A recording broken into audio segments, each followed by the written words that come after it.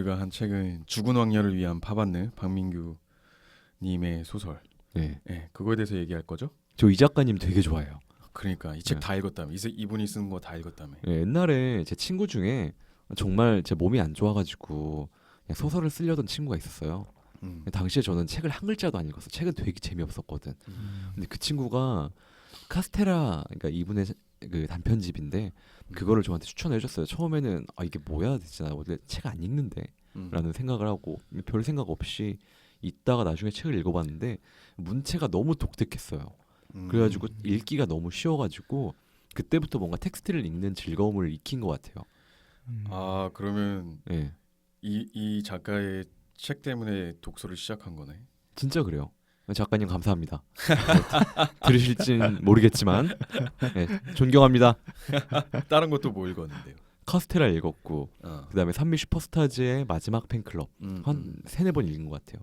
그거랑 핑퐁, 지구영웅전설, 더블 그리고 이거랑 뭐 기억은 나지 않지만 그거 외에는 없었던 것 같은데 아 그럼 다른 거는 사랑 얘기들이 아닌가 보네. 다른 거는 사랑 얘기는 아니에요.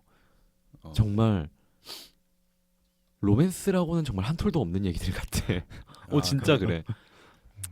뭐 근데 이 작가가 쓰는 내용들 이렇게 보면은 좀 겹쳐지는 뭐 주제 내용이라든가 뭐 이런 게 있나? 그러니까 뭔가 느낌은 받았어요. 그래가지고 뭔가 예전에 읽었던 거랑 좀 비슷한 느낌이구나라는 느낌이 들었는데 나중에 누군가 이렇게 해설해준 걸 들으니까 이분 작가님이 쓰시는 글의 공통점이 인간의 소외에 대한 내용이라고 하더라고요. 아 인간의 소외. 정말 부끄러워하고 부러워하는 거. 이 책에서도 그랬던 것처럼. 정말 그런 걸 다 느끼셨나요? 느꼈어요 정말. 해가지고 뭔가 비정상적으로 이렇게 뭔가 하나의 풍자처럼 외로운 인간에 대해서 좀 많이 썼던 것 같아요.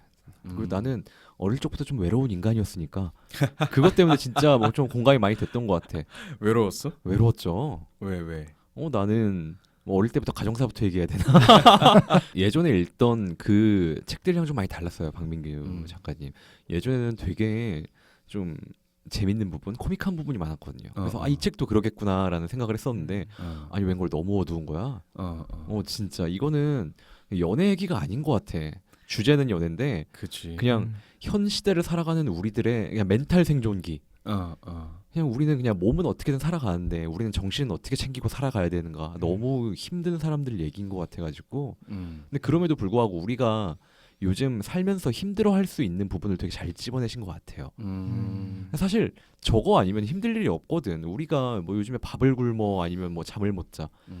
사실 뭐 열심히 일을 하면은 그래도 단칸방이라도 하나 구할 수 있고 뭐 월세는 매달 빠져나가겠고 우리는 영원히 집을 사지 못하겠지만 그래도 뭔가 먹고 산다 애는 지장이 없잖아요. 근데 다들 뭔가 정신적으로 말라 죽는 경우가 많으니까 나도 겪어본 일 많고. 나는 일단 읽으면서 일단 좋았던 거는 내 20살 시절 그런 게 좀 생각나고 여기 보면 되게 잉여롭잖아. 그쵸. 주인공이 뭔가 되게 결국 보면 하는 게 별로 없어. 말하고 생각하는 건 정말 많은데 근데 이게 보면 진짜 다 20살 때 그러지 않았나? 어떻게 20살 때 쓸데없이 좀 진지하고 쓸데없이 좀 생각 많고 이건 왜 이런가? 뭔가 이제 말을 깨우쳐가는 애기 같이. 그렇지. 그렇지. 그러면서 이제 세상에 홀로 남겨진 것처럼 생각하면서 본인이 이제 본인만의 가치관을 좀 키워나가면서 그랬던 것 같아요. 나는 대학교 때 처음으로 집을 나와서 살았는데 이렇게 그때 처음에 하숙집을 잡았단 말이에요. 근데 하숙집이 한 2평, 3평 그거밖에 안 됐어요. 하숙방이. 첫날 엄마가 나 거기 내려주고 내 옷이랑 컴퓨터 내려다주고 집에 갔는데 첫날 잘 때 이렇게 누웠고 불을 껐는데 그날 처음으로 울었어요. 20살 넘어서. 무서워서? 아니 귀신 나올까? 너무 외롭고 이게 현실인가? 나 오늘부터 그냥 여기서 자야 되는 거야? 라는 생각이 안 와닿았는데 처음에는 나중에 불 끄고 잘 때 그게 처음으로 느껴진 것 같아. 그런 느낌이었던 것 같아. 다음 날부터 신나고. 군대 갔을 때 처음에 입대하고서 첫날 막 우왕좌왕하고 이거 작성하십시오. 막 이거 받아가세요. 그렇게 해가지고 군복 다 챙기고 뭐하고 뭐지 아직까지는 보이 스카우트 같은 느낌인데? 라는 그런 느낌인데 처음 이제 모포 깔고 딱 눈 감고 조용해지면 그때 처음으로 이제 외로움을 느껴지는 그런 느낌 같았어요. 그게 이 책에 보면 이제 요한이라는 인물이 얘기했던 세상은 거대한 고아원이다. 그 느낌인 건가? 그런 것 같아. 나는 진짜 그거를 그때 처음 느꼈던 것 같아. 아 나도 고아였구나라는 거를. 아 그래. 네. 그래서 난 이거 읽으면서 내 20대 초반 뭐 이런 거 그때 느꼈던 것들. 형은 그때 뭐 하고 살았는데? 나 근데 얘랑 좀 비슷했던 것 같아. 주인공이랑? 근데 물론 얘처럼 사랑은 못 해봤지만 사랑이라도 해봤을까. 내가 어떤 생각을 들었냐면 내가 그러니까 이 내용에 그 공감이 된다기보다는 이 그냥 이 책 전반에 흐르고 있는 그 뉘앙스 분위기에 좀 공감이 많이 됐는데 그때도 이제 나도 많이 외로웠고 나는 뭐 어릴 때 친구도 없었고 나 이렇게 거의 혼자 살다시피 와서 세상을 살았는데 여기 보면 사랑을 해야 된다. 결국에 사람은 사랑이 필요하다. 뭐 이런 내용이 계속 있잖아. 근데 내가 군대 제대하고 나서 처음으로 여자친구를 사귀고 나서 그 생각이 들었어. 난 내가 항상 되게 공허하고 되게 외롭고 고독감을 항상 느꼈었는데 여자친구를 만나고 나니까 그게 한 반 정도 없어지더라고. 그러니까 그 전에 내가 느꼈던 이 황량함 느낌이 여자랑 사랑을 하니까 그게 많이 없어지는 거야. 그게 반밖에 안 없어졌어? 그러니까 그게 왜냐면 나는 아예 친구도 없고 혼자 있었던 사람이니까 내 몸의 고독감이나 내가 갖고 있는 걸 나는 온전히 다 느꼈잖아. 그리고 나서 보니까 그 나머지 반은 그거였지. 근원적인 고독감. 그냥 인간으로서 떨쳐낼 수 그렇지. 없는 사람이 가질 수밖에 없는 그런 고독감 아니면 사회적으로서 나의 환경과 이런 것 때문에 처해지는 외로움. 하긴 사람이 완벽하게 고독감을 잊을 수는 없는 것 같아. 그렇지. 그러니까 그럴 수는 없지. 대학교 때나 뭐 사람들 많은 그러니까 아는 사람 많은 친구들 있잖아. 그 친구들도 밖에서 이렇게 시끄럽게 떠들고 놀다가 이제 나중에 혼자 사는 자취방이나 그런 데 들어와서 털썩 앉아가지고 좀 쉬고 있으면 그때 외롭다라는 생각이 드는 경우가 많거든. 그렇지. 근데 이제 그런 근원적인 외로움이나 고독감까지도 상대방이나 친구나 가족한테 그거를 해소하기를 원하는 순간부터 이제 투쟁이 시작되는 거지. 왜 네가 있는데 내가 외로워 하고 이제 싸우는 거지. 야, 너 있는데 왜 내가 외롭냐? 이렇게 싸우는 거지. 그러니까 진짜 외로움에 대해서 진지하게 좀 마주보지 못했던 그치. 사람들은 그렇게 이해할 수도 있어. 너 외롭다고? 미친 거 아니야? 그거 아니면 반대로 야, 내가 있는데 너 왜 외로워? 뭐 이렇게 한다는가? 그러니까 이제 그거는 이제 구분을 못하는 거지. 나 스스로 누가 있어도 채워질 수 없는 외로움도 있는 거고. 근데 그때 여자친구를 사귀었을 때 그런 외로움이 많이 반감이 돼서 그게 되게 신기하기도 했고 세상이 약간 좀 달라 보이기도 했고 황량하다 황폐하다는 느낌이 많이 줄어들었어. 그러니까 나 이 책 보면 느낌이 약간 좀 황폐하다는 느낌이 많이 들었거든. 전체적으로 좀 그래. 그치. 그 황량하다는 느낌이 많이 들었는데 되게 이렇게 막 그 서부 영화에서 보면은 건축더미 막 굴러다니고 그런 느낌이잖아. 딱 그런 느낌이야 지금. 그런 느낌이잖아. 나만 혼자 이렇게 가고 있는데 사막에서 사람을 만났는데 서로 사람이 그냥 인사도 안 하고 서로 지나쳐. 한 10일 만에 만난 사람인데 서로 반가워하지 않아. 막 이런 느낌 있지. 그런 느낌이었구나 이 책을 읽을 때. 막 사람이 저쪽에서 오고 30일 만에 인간을 만났으면 인간이다 이러면서 기분이 좋아야 되는데 인간인가 보다 하고 그냥 서로 지나치는 거야. 그러다가 어느 날 어떤 여자를 어떻게 하다가 여자든 남자든 그런 황량한 데를 막 지나가다가 누군가를 그냥 스쳐 지나갔는데 그 사람하고는 손을 잡게 된 거지. 그때 느꼈던 그런 기분? 30일 만에 모든 사람들 만나 다 반가웠던 게 아니라 그럼에도 이렇게 가는데 어느 날 어떤 사람을 만나는데 그냥 그 사람하고 나도 모르게 손을 잡고 오아시스를 찾아갈까? 뭐 이렇게 서로 그냥 같이 걷는 그런 느낌? 되게 적절한 비유 같아. 형이 느끼는 외로움이 어떤 느낌인지 한 방에 이해했어. 그때 나는 그래서 있을 때 그게 내가 그때쯤에 읽었던 책 중에 일본 사람 책인데 아빠가 애가 이제 아들이 다 성이고 난 다음에 트랜스젠더가 된 거야. 그러니까 뭐 그 내용 중에 그런 게 있어. 이제 아빠라고 불러야 될까, 엄마라고 불러야 될까 뭐 이런 내용이 있거든. 근데 이제 그 아빠가 이제 호스티스 일을 해. 트랜스젠더 호스티스. 거기에서 일했던 그 트랜스젠더 여자가 이 남자한테 얘기를 하는 거야. 여자만이 해줄 수 있는 위로가 있다고. 그거를 그때 그 친구랑 만났을 때 그걸 느꼈어. 이게 여자만이 해줄 수 있는 위로가 있구나라는 게 있고, 물론 반대로 남자만이 또 여자한테 해줄 수 있는 위로가 있을 거라고 느끼거든. 그러니까 이게 뭐 부모든 친구든 그런 거 말고 다르게 얘기하면 사랑하는 사람이 나한테 해줄 수 있는 위로가 있다라는 거지. 야, 그럼 거기서 궁금한 게 그 트랜스젠더가 되고 나면은 그러면 여자로서의 해줄 수 있는 거를 이제 하게 되는 걸까요? 그렇겠지. 왜냐면 그 사람 그 여자 이게 섹스나 이런 그런 걸 얘기하는 뭐 그런 것도 포함이 되긴 되겠지. 근데 이제 그런 사람들은 그 성 자체를 바꾸고 싶어하는 거잖아. 그렇죠. 누구보다 여자이고 싶까 그걸 여자가 된 사람이 얘기를 한 거니까 본인도 남자한테 그런 위로를 해줄 수 있는 여자이다라는 게 아마 전제로 깔려 있는 거겠지. 그러니까 이 책을 보면서 느꼈던 거는 나의 20대 때 그 첫 여자친구를 만났을 때 그때 내 마음이 어땠을까라는 그런 거. 그러면은 여기에 나온 그 작가와 요한과 이제 여자 세 명에서 봤을 때 어떤 그런 고독과 소외감 이런 게 어느 쪽이 더 가까우셨어요? 난 요한하고도 많이 좀 요한.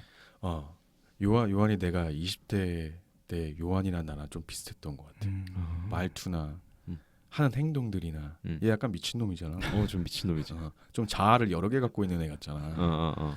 있다가 되게 우물하게 이렇게 있다가 갑자기 턴온 딱 해갖고 딱 스위치 키우면 이제 존나 활발해져야지. 그러니까 자아를 여러 개 갖고 있는 인간처럼 활동하잖아.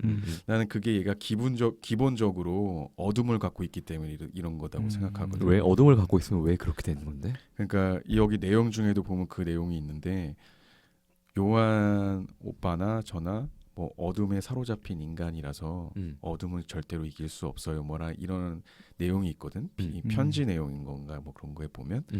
근데 이제 요한도 계속 우리는 사랑할 수밖에 없는 거라고 막 이따위 얘기를 계속 많이 하잖아. 그 이유가 나는 되게 이해가 되는 게 일단 인간이 황량하고 황폐한 인간인 거야. 기본적으로 이 인간은 요한은 그러니까 혼자 있으면 어둠에 계속 잠식돼. 그러니까 일부러 더 쾌활하거나 아니면 도통할 듯한 말을 할 수가 있어. 왜냐하면 다 족박 같거든. 세상이 다 족밥 같아. 야, 뭔 의미가 있다고 저렇게 부끄러워 부러워하고 있냐 족밥들. 왜냐하면 얘가 볼 때는 그게 아무런 의미가 없거든. 이미 세상은 족밥이니까. 이미 황폐했거든. 사랑밖에 없어. 근데 자기한테 사랑을 줄 수 있는 엄마도 자기를 유언 한마디 없이 떠나버렸잖아. 그렇죠. 고아원에 있는 고아이처럼 그렇게 지금 혼자 살아가고 있는 거잖아. 근데 이런 애들한테는 가장 의미 있는 건 가치가 사랑밖에 없어. 다른 건 별로 의미가 없어. 그건 나도 그러거든. 나는 내 인생에서 누군가를 사랑할 때 외에는 다 나머지는 기억이 안 나. 아예 다 없어져. 딱 요것만 생각나. 그리고 이하백님은 이 인물들 중에 좀 감정이입이 된 사람이 있어요? 주인공이에요. 근데 주인공이 제일 감정이입이 됐고 내가 되고 싶은 사람은 요한이고 요한이 밤새 말했던 것처럼 뭐 정신적으로 좀 불안정하거나 그런 건 있는데 사실 이 사람이 하는 얘기를 들어보면 되게 핵심을 잘 짚고 그 핵심을 이해하기 쉽게 잘 풀어내요 얘기를. 그래가지고 그런 사람이 되고 싶다고는 항상 생각해요. 누가 들어도 아 맞다, 그 얘기 맞아 라는 얘기 그렇게 얘기를 했어요. 근데 행복해 보이진 않지 않아? 행복해 보이진 않지. 뭐 물론 여기 뭐 다 행복해 보이는 사람은 한 명도 없긴 한데 내가 볼 때는 여기서 얘네 인물 셋 빼놓고 그 경비 주임 있지. 그 사람 행복할 것 같아. 그 사람은 행복할 것 같아. 그거랑 여기 나오는 군만두 여자 있잖아. 그 둘은 하루하루를 되게 충실하게 잘 살 것 같아. 만족하면서. 그런 사람들은 행복할 것 같아. 왜냐면 뭐 비교도 안 하고 그냥 자신의 삶을 그냥 사는 거잖아. 그러니까 자기가 지금 뭔가 창피하거나 자기의 행동을 창피하거나 그렇게 생각 안 하고 남이 보기엔 창피할 수 있지만 그런 것도 전혀 신경을 안 쓰고 그냥 자기 행복을 잘 추구를 하는 것 같아. 뭐 다른 사람이 뒤에서 쓰군거리고 그런 게 분명히 많이 있는데 본인이 그걸 알고 그냥 무시하는 건지 아니면 아예 모르는 건지 모르겠지만 여튼 본인은 행복해. 근데 그런 스타일들은 그런 거 신경 안 쓰지. 그러려나? 아예 뭐 귀 닫고 살지. 그냥 잊어버리고. 야, 그 경비는 주변에 자기한테 뭐 수근수근거리고 자기 비아냥 대리는 거 모르겠냐? 그래도 열심히 폭탄 찾으러 다니고 그러잖아.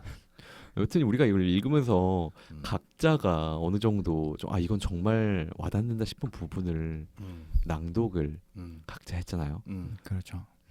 근데 이게 좀 그렇게 크게 겹치지는 않는 것 같아요. 되게 핵심 부분 내용 같은 경우에는 어느 정도 겹치는 게 있는데 각자가 좀 개인적인 경험도 다를 거고 그러다 보니까 그래서 좀 좋았던 것 같아요. 우리 후치님은 네. 비슷한 경험이 있었다고. 저는 그 이제 근데 제가 아까 이 책을 읽었던 그러니까 읽고 나서 느꼈던 점 거기에 대해서 얘기를 할 때 이런 사랑을 해본 사람이 몇 명이나 있을까 좀 그런 생각부터 먼저 들었어요. 책을 다 읽고 나서. 이런 사랑이라는 게 뭔데? 그러니까 이렇게 되게 못생긴 음? 여기서 표현한 못생긴 여자와 이런 가감 없이 그냥 얘기해 줘. 내가 그러니까 못생긴 여자와 사랑을 이렇게 빠진 음? 그런 사람이 얼마나 될까? 좀 저는 그런 생각을 했거든요. 저도 근데 되게 이 주인공이랑은 좀 다르긴 해요. 확실히. 그러니까 못생긴 사람이긴 했는데 저는 그냥 부끄럽고 부러워하고 그런 사람이었던 거죠. 저는. 근데 우리 누구나 다 거기에서 벗어날 수가 없는 것 같아. 웬만한 멘탈로는. 나도 부러운 거 산더미고 부끄러운 거 산더미인데 다들 그렇지 않을까? 그렇지. 근데 부끄러워하고 부러워하지 못하면 그건 좀 지능적으로 문제 있는 거 아니냐? 요한은 문제가 있는 거네요. 그러니까 스님 같은 사람들 그런 사람들 아닐까? 아니 그건 사회화가 덜 된 거지. 그건 그렇지. 그렇죠. 사회에서 좀 격리돼서 살기에는 참 좋은데. 그러니까 나는 좀 이해가 안 되고 별로 안 좋아하는 타입 중에 사람이 나는 원래 남 신경 안 써. 뭐 이런 사람들 있잖아. 뭐 부끄러운 것도 없고 부러운 것도 없다고. 난 저게 정상적인 사회적 지능을 갖고 있는 인간이 할 수 있는 행동인가 싶거든. 야, 우리 지금 자본주의 사회를 살고 있잖아. 그렇죠. 자본주의 사회는 기본적으로 경쟁인데 경쟁을 하는데 자기 지금 포지션이 어딘지 지금 남하고 비교하면 자기가 지금 어디쯤 와 있는지 이거에 대한 인식 자체가 안 된다라는 거는 지능에 문제가 있는 거지. 근데 그거를 인정하지만 그럼에도 불구하고 자신의 삶을 살아가는 거하고 그러니까 알지만 그렇지. 그러니까 정확하게 말하면 테크니컬리 얘기하면 이거지. 뭐 부럽기도 하고 하지만 안 되는 것 때문에 내 삶을 소비할 수는 없기 때문에 그렇지 않으려고 노력을 하는 거지. 어떻게 남하고 비교를 안 할 수가 없어. 그거는 그러니까, 안 한다라는 건 뭔가 문제 있는 거야. 그것도 그러면 고독이랑 비슷한 문제 아닐까? 아까처럼 잊고 지내지만 어느 순간 문득 떠오르는? 그치. 그러니까 그걸 그냥 뭉개고 가는 거지. 그러니까 난 뭐 남들 다 신경 안 써. 뭐 난 원래 남 신경 안 쓰면 안 돼. 남 신경 써야 돼. 남들이 뭐라고 하든 난 상관없어라고 하는 건 사회적 지능이 없다는 얘기야. 인정해. 그건 인정해. 근데 그거 뭐 괜히 남 신경 안 써 이렇게 인정을 하게 되면 그건 본인이 족밥이라는 걸 인정하게 되니까. 그러니까 나도 다른 족밥들이랑 다를 게 없다라는 거를 인정을 하니까. 그게 싫으니까 나 아예 애초부터 비교 안 해야지. 나 그게 비교하는 순간 나 족밥 되니까. 이렇게 하겠지. 근데 그게 뭐 자기만 눈 가리고 아웅하는 거지. 뭐 남들은 다 아는데 뭐 지만 아니라고 되나? 그러니까 여기서도 이 책에서도 나왔던 그 기본적인 인식이 그거잖아. 자꾸 남들하고 비교한다. 나 여기서 좀 마음에 들었던 게 그거였거든. 뭐? 나이 먹고 나니까 왜 독일에서 얘기할 때 나중에 근데 이게 맞는 얘기거든. 아무리 예쁘고 그랬어도 나이 먹으면 다 똑같아. 그건 그러니까 옛날에 되게 우리가 크게 고민했던 부분 있잖아요. 어릴 적에는 대체 뭐 저것 때문에 저렇게 스트레스 받았나 싶었던 걸 지금 생각하면 되게 하찮거든요. 그렇지. 내가 초등학교 다닐 때 나한테 가장 큰 스트레스는 내가 만화책 빌려보는 걸 되게 좋아했는데 그거 연체로 내는 거였어요. 그게 하루 늦어가지고 한 연체료를 100원인가 200원인가 냈어야 됐어. 돈은 있는데 내가 그 아줌마한테 괜히 미안한 거야. 내가 하루 늦게 가져와서 아줌마는 손해를 좀 봤을 테니까 그거 내면서 내가 뭐라고 해야 되지? 그 멘트 지어내는 게 하루하루의 고통이었어. 돈을 안 내려고? 아니 돈은 내는데 돈은 내지만 내가 그 연체료를 내는 것보다 내가 책을 제때 갖다 줬으면 이 아줌마는 대여를 해서 더 많은 돈을 벌 수 있었을 텐데. 죄책감. 내가 늦게 갖다 줬으니까 이 아줌마는 나 때문에 손해를 봤구나. 그래서 처음부터 삼가 뭐 조의를 표합니다 같은 그런 식의 어릴 때부터 좀 할아버지 손에 커가지고 그런 식으로 뭔가 되게 그런 멘트를 쥐어 짜는 게 맨날 똑같은 말을 할 수는 없잖아요. 이번엔 이것 때문에 다음엔 이것 때문에 그래가지고 맨날 핑계 대는 게 그게 힘들었어. 뭐 이 책은 그냥 그런 이 책 내용에도 보면 그게 나오잖아. 왜 뭐라 그러지? 뭐 어린애들 앉혀놓고 네가 이거 지나고 나면 이게 얼마나 뭐 작은 일인지 알게 될 거야. 뭐 매장에서 뭐 청바지 뭐 훔치고 조다시 했을 때 청바지 파진. 그래서 요한이 말은 저렇게 하지만 저 아저씨도 또 주식이니 뭐니 하면서 어? 그러면 결국에 내용만 바뀐 것뿐이지. 그러니까 조다시 청바지를 훔칠 거냐 아니면 주식으로 돈 벌 거냐 의 내용만 바뀔 뿐이지 인간은 똑같은 거다라는 얘기는 나오잖아. 맞습니다. 그러니까 어렸을 때 하긴 넌 근데 그건 죄책감을 느낀 거니까 나쁜 건 아니다. 난 어릴 때 얼마나 순수하고 착했는데. 근데 지금 보면은 여기에서 이제 우리가 각자 마음에 들어했던 부분에 대해서 좀 얘기를 좀 해보고 싶거든. 20살의 여자 역시 남자가 수신할 수 없는 전파와 같은 것임을 안 것도 꽤나 오랜 세월이 지나서였다. 실은 그녀도 무엇을 어떻게 해야 할지 몰랐을 것이다. 젊음은 결국 단파 라디오와 같은 것임을 좋은 쪽이든 나쁜 쪽이든 모든 연애의 90%는 이해가 아닌 오해란 사실을 무렵의 우리는 누구도 알지 못했다. 어쨌거나 우리는 20살이었고 싫든 좋든 연애의 대부분을 운에 의지할 수밖에 없는 나이였다. 모든 사랑은 오해다. 그를 사랑한다는 오해, 그는 이렇게 다르다는 오해, 그녀는 이런 여자란 오해, 그에겐 내가 전부란 오해, 그의 모든 걸 이해한다는 오해, 그녀가 더없이 아름답다는 오해, 그는 결코 변하지 않을 거란 오해, 그에게 내가 필요할 거란 오해, 그가 지금 외로울 거란 오해, 그런 그녀를 영원히 사랑할 거라는 오해. 그런 사실을 모른 채 사랑을 이룬 이들은 어쨌든 서로를 좋은 쪽으로 이해한 사람들이라고 20살의 나는 생각했었다. 결국 내게 주어진 행운이 있다면 바로 그것이었다. 그런 서로의 이해가 오해였음을 깨닫지 않아도 좋았다는 것. 해서 고스란히 서로가 이해한 서로를 영원히 간직할 수 있었다는 것. 아무런 내색 없이 마음 놓고 그녀가 울 수 있도록 나는 스스로의 마음을 그녀의 눈물 밑에 펼쳐주었다. 따뜻한 벽난로를 등지고서도 해서 내 마음은 한 장의 손수건처럼 자꾸만 젖어들었다. 젖고 젖었으며 내가 젖을수록 조금씩 말라가는 그녀의 눈물을 느낄 수 있었다. 사랑은 오해다라는 거. 어떻게 생각해요? 나는 이 부분 되게 좋았어. 내가 했던 생각이랑 되게 너무 일치해서. 사랑이 오해라고? 형의 황량함을 잊게 해준 그녀가? 그러니까 거기에 보면 그 문장이 있잖아. 오해가 오해였다라는 사실을 모른 채 사랑할 수 있다는 건 굉장한 행운이다. 라는 취지의 문장이 있거든. 나는 그 문장에 너무 공감하는 거야. 왜냐하면 너나 나나 서로를 상대방을 완전히 이해할 수 없거든. 모든 사람은 다 그런 것 같아. 절대 이해할 수 없어. 그 내가 바라보는 나의 시각으로만 너를 이제 볼 뿐이지. 너도 너의 시각으로만 나를 볼 뿐이고.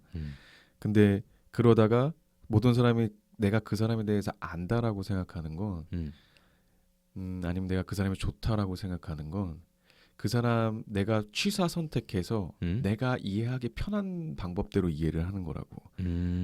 그런데 내가 불편하지 않은 방법으로. 근데 내가 불편해지기 내가 그 사람을 쉽게 이해한 방식에서 벗어나서 이 사람이 나한테 불편한 이해를 강요하는 순간부터 그때부터 그 관계는 삐걱대기 시작하는 거야. 난 거기까지는 알고 싶지 않은데 왜 얘는 자꾸 나한테 거기까지 드러내지? 누가 물어봤어? 같은 느낌인가?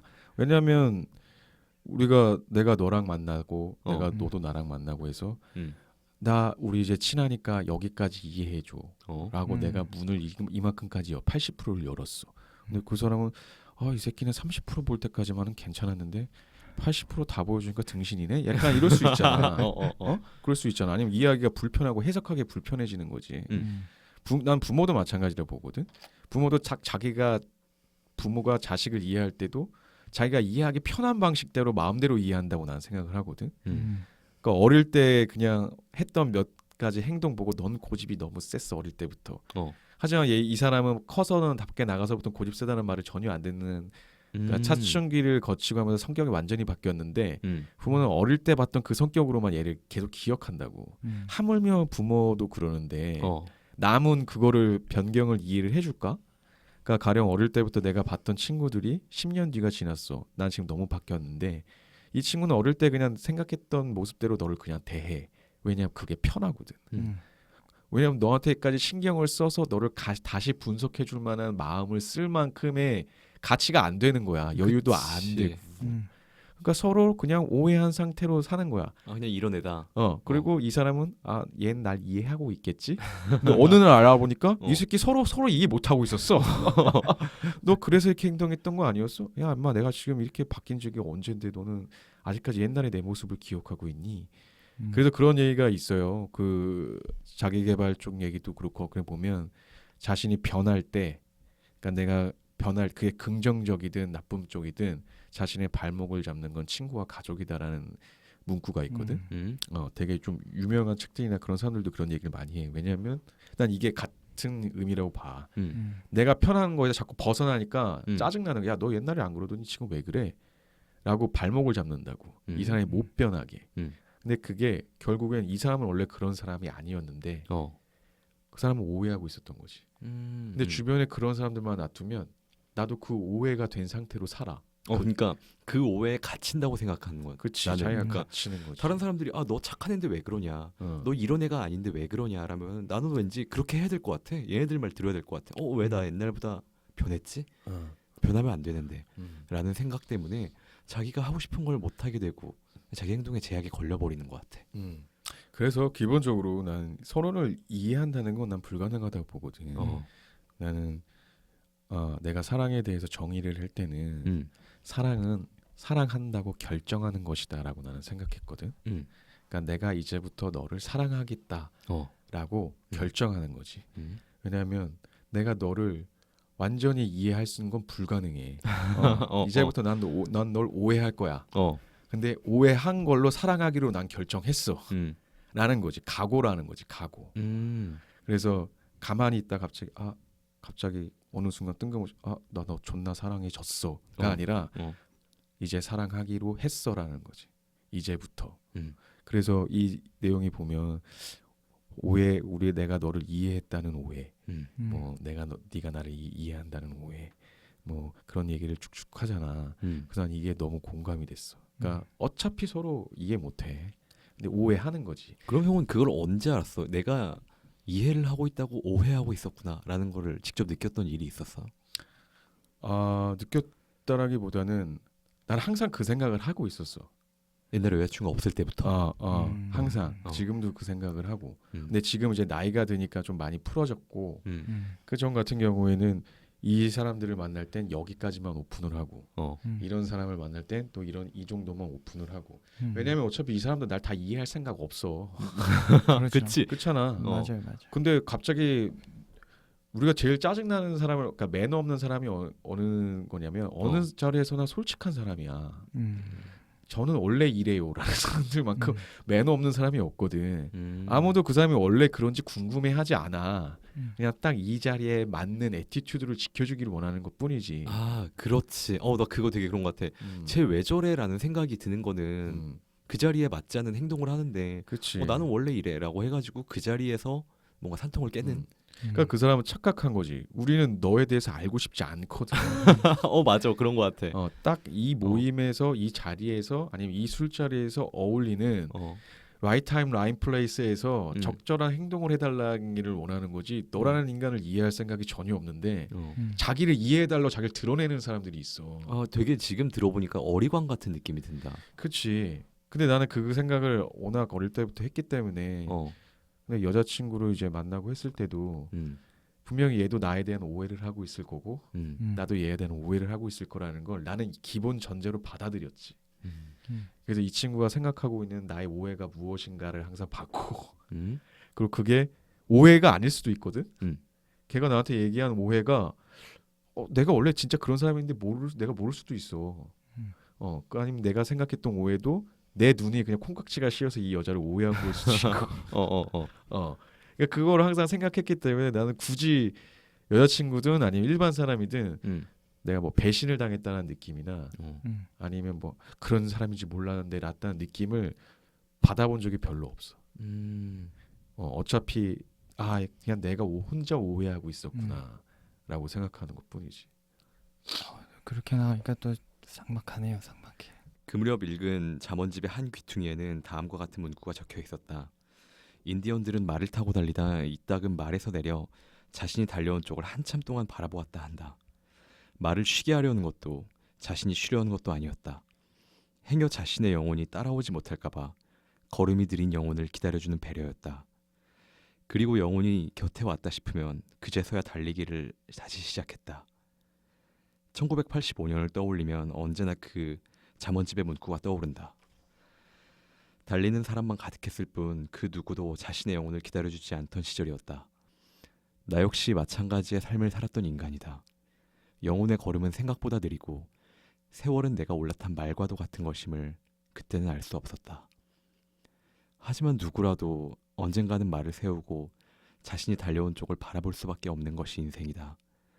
인간에겐 결국 영혼이 필요하고 영혼은 인디언만의 것이 아니라 인간의 것이기 때문이다. 이제서야 나는 말을 세우고 땅 위에 발을 내려선 기분이다. 그리고 자신이 달려온 쪽을 바라보는 인디언처럼 한동안 그 시절을 돌아보려 하는 것이다. 누구에게나 두고 온 한 줌의 영혼이 있을 것이다. 아마도 그럴 것이라고 지금의 나는 생각한다. 돌아본다. 역시나 많은 일들이 있었던 한 해였다. 1985년도에는 어딜 가도 마돈나의 얼굴을 볼 수 있었다. 앞모습, 옆모습, 고개를 젖히거나 또 지그시 눈을 감은 더러 손가락을 깨물고 있는 마돈나의 사진이 붙어 있었다. 물론 해마다 그런 일은 있어 왔다. 천사처럼 아름다운 누군가가 나타나고 그녀의 존재감이 모두를 장악한다. 오일 쇼크가 일어났다던 1979년도에도 세계대전이나 대공황의 시기에도 19세기의 영국과 15세기의 중국 또 로마와 그리스에서도 같은 일이 반복되었을 것이다. 인간에겐 늘 열광할 만큼의 아름다움이 필요했고 1985년도 예외는 아니었다. 그런가 하면 못생긴 여자를 강간하는 법은? 정답, 신문지로 얼굴을 덮고 라는 저질 유머가 역시나 크게 히트한 해였다. 서너시 모인 술자리에서나 또 단둘이 통화를 하다가도 불쑥 야 너 그거 알아? 뭐? 못생긴 여자를 이 어김없이 튀어나오는 것이었다. 어디서나 또 어디에나 신문지는 널려있고 세계대전이나 대공황의 시기 19세기의 영국과 15세기의 중국 또 로마나 그리스에서와 마찬가지로 세상은 못생긴 여자들로 가득했었다. 인간에겐 늘 멸시할 만큼의 추함이 필요했고 역시나 그 해에도 인류는 무수한 부수의 신물을 발행했다. 그런 해였다. 2부 그러니까 인디언 관련된 얘기 있잖아요. 이 얘기 이거는 옛날부터 되게 많이 들어오던 속담인데 사실 그렇잖아요. 속담 알고 있는 건 되게 많은데 살다 보면 어느 순간 갑자기 이 속담이 너무 와닿을 때가 있고 그럴 때가 있잖아요. 요즘에 되게 많이 와닿는 것 같아요. 이래저래 좀 바쁘게 살다 보니까 옛날처럼 이렇게 멍하니 있는 그런 시간이 많이 줄어들어가지고 그냥 내가 하루에 그냥 한 번쯤은 아 오늘은 아침부터 뭘 했고 이때 뭐 먹었고 그런 것들을 한 번씩 생각하고 지나갔는데 그럴 시간 없이 너무 바쁘게 살다 보니까 요즘엔 좀 정신적으로 산만해지고 정신적으로 지쳐요. 그래가지고 이게 되게 많이 와닿았어요. 그래서 옛날에 보면 내가 어딘가에서 봤을 때는 이렇게 남자든 여자든 혼자 있는 시간이 좀 필요하다고 했거든요. 그래서 그때 얘기 드렸던 게 옛날에 원시 시대에는 이렇게 뭔가 모닥불 같은 거를 하루 종일 그냥 멍하니 하루의 일과가 끝나고 사냥이라든지 수렵 채집이 끝나고 그렇게 멍하니 이렇게 보던 시절이 있었는데 근데 지금은 이제 그 시간이 뭐 다 같이 모닥불이 없으니까 이제는 가족들끼리 모여서 그냥 대화 없어도 멍하니 텔레비전을 보는 시간으로 바뀌었다고 뭐 그렇게 얘기를 들었거든요. 그건 어떻게 생각해요? 근데 그게 좀 다른 내용인 것 같아. 그 두 개가 모닥불이랑 텔레비전. 아까 물론 뭐 모닥불에서 다 같이 둘러 앉아가지고 전사들이 사냥물을 끝내고 서로를 축하하고 격려해주는 뭐 그런 자리였다면 그 얘기인 것 같은데 그게 아니라 뭐 인디언 아까 얘기했던 그런 것 같은 경우에는 말을 타고 달려가다가 내 영혼이 따라올 시간을 기다려준다 뭐 그런 내용이었잖아. 네. 그렇죠. 그런 것 같은 경우에는 지금 뭐 내가 어디서 그 얘기를 들었는데 옛날 같은 경우에는 다들 집에서 혼자 공부했는데 네. 요즘에 다들 밖에서 공부한다고. 그쵸. 그러니까 혼자 완벽하게 혼자 있는 사람들이 없어졌다는 거지. 혼자 조용히 공부하고 싶으면 집에서 하면 되거든. 그쵸. 그게 맞는 얘기야. 근데 괜히 카페에 나와가서 공부하면서 아씨 왜 이렇게 시끄러워 이러고 있는다고. 그거 내가 볼 건 정신병이야. 카페는 원래 떠들려고 사람들이 온 건데 거기서 아씨 왜 이렇게 떠들어 시끄러워 죽겠네 이러고 지 혼자 책을 읽고 있으면 걔는 사회적 지능이 덜 발달된 거지. 물론 저도 하루 종일 커피숍에 있는 사람인데 예. 떠드는 사람도 있으면 짜증나지. 예, 난 예, 책도 예. 거기서 읽고 다 글쓰도 거기서 쓰고 다 거기서 하는데 예. 물론 짜증나지. 하지만 거기는 원래 떠드는 데야. 그쵸, 맞아요. 목적을 잃으면 안 되지. 음. 근데 그 얘기를 들으면 그거야. 혼자 있는 시간이 없어 사람들이. 혼자서 묵념하는 시간도 없고. 우리 모두가. 그렇지. 어. 그리고 핸드폰만 키면 어. 야씨 예전에 핸드폰도 없어 하고 생각을 해봐. 어. 집 전화만 있고 막 있을 때도 그래, 생각을 그래, 해봐. 어. 그때 친구랑 수다 떨고 하려면 엄마 자는 거 이렇게 기다리고 있다가 무선 전화기 몰래 들고 와가지고 그래 방 안에서 이제 어. 방문 잠그고. 그치. 그때는 방마다 전화기가 있지도 않았으니까 어. 거실에 있는 거 몰래 가져와고 막 전화하고 그랬잖아. 전화비도 엄청 비쌌어요 그때. 그래. 어. 그때 인터넷도 없었지. 그래. 그러면 아무것도 할 게 없어. 정말 진짜 방마다 텔레비전이 있는 시대도 어. 그렇게 아니었고. 그럼 방 안에 그냥 앉아 있는 거야. 나도 그랬던 것 같아. 그러면 제일 즐길 게 그때는 라디오였지. 라디오 그때 참 인기 많았지. 무조건 뭐 별밤 이런 거 듣는 건데 음. 그거 아니면 책을 읽거나 아니면 멍 때리거나 진짜 아니면 혼자 생각하는 거야. 옛날엔 정말 멍 때렸던 일이 많았던 것 같은 게 내가 아직도 기억하는 게 멍을 이렇게 때리다 보면은 처음에는 아무 소리도 안 들려. 그러다가 처음으로 들리는 소리가 시계 소리예요. 시계 째깍째깍하는 소리가 들리기 시작해. 근데 그 시간이 지나면은 이렇게 누워 있잖아요. 그 다음에 시계 소리도 안 들리고 그게 자기 심장 소리로 들려요. 심장 소리로 바뀌어가지고 그냥 정말 되게 신기한 경험이에요. 근데 요즘에는 그런 경험을 해본 사람이 거의 없을 거예요. 야 사실. 그거 거의 그거 같은데 석가모니 같은데. 근데 옛날 사람들은 다 그랬다니까. 그러니까 석가모니가 그거잖아. 보리수 밑에 딱 누웠대. 어. 모든 고행 이렇게 이건 아니구나 씨발 하고 딱 누운 거야. 육사회도 다 꺼져 하고 이제 딱 그냥 누운 거야. 딱 누우고 나니까 자기 몸의 신체 변화가 호흡밖에 없잖아. 그래서 호흡만 이렇게 보고 있었대. 그러다 명상이 시작된 거야. 그거랑 거의 비슷한데. 근데 진짜 옛날에 얼마나 할 게 없으냐면은 깨달음으로 얻었어? 나도 거기서 좀만 더 지났으면 인터넷이 조금 더 늦게 나왔으면은 나도 그렇게 됐을지도 모르겠어. 진짜 어느 정도였냐면 나는 어릴 적부터 가족들이 다 따로 놀고 다들 바빴으니까 집에 혼자 있는 게 일이었거든. 정말 심심했을 때는 여름에 바닥 이렇게 좀 찐득찐득하니까 돗자리 같은 걸 깔아놨어요. 뭐 대나무 잎사귀, 뭐 왕골 같은 걸로 해놓은 거. 그게 끝에서 끝까지 몇 칸인지 했어요. 진짜. 맞아. 맞아. 그런 시절이었다니까. 막 그 혼자 뭐 이렇게 고무로 만들어진 막 이렇게 괴물이나 그런 거 있으면 나 혼자 그거 갖고 스토리 만들면서 놀잖아. 진짜. 너도 그때 그렇게 놀았니? 인형놀이나 그런 거 막 친구들이랑 하던 그런 시절이었어요. 친구 없어도 혼자서 그냥 저기보다 저기까지는 계곡이야. 나 혼자 막 생각하면서 막 그러니까 하면서 막 놀잖아. 자기가 그렇게 본인의 컨텐츠를 만들어가면서 놀 때였단 말이죠. 그러니까 지금처럼 막 유튜브 틀어주고 막 TV 같은 거 틀어줘갖고 엄마가 막 애니메이션 틀어주면 멍하니 그거 때려보고 있고 그러지 않았다라는 거지. 근데 그거는 보면은 외부에서 들어오는 정보가 하도 많다 보니까 영상이라는 게 정보가 정말 많이 들어오잖아요. 그거를 항상 처리하느라 뇌가 바쁠 거란 말이지. 정말 그냥 가만히 텔레비전 보고 뭐 보고 있는 건데 그거는 절대 아무것도 안 하고 있는 게 아닌 것 같아. 그거는 그렇게 그래서 요즘 뭐 명상이나 이런 게 유행을 하는 게 우리가 지금 피곤한 게 보통 몸이 피곤한 게 아니라 정신이 피곤해서 그런 거라고 그러더라고. 그러니까 요즘에 어느 정도냐면은 아무것도 안 하기라는 프로그램이 있어요. 그거 형 1시간인데 얼마 받을 것 같아요?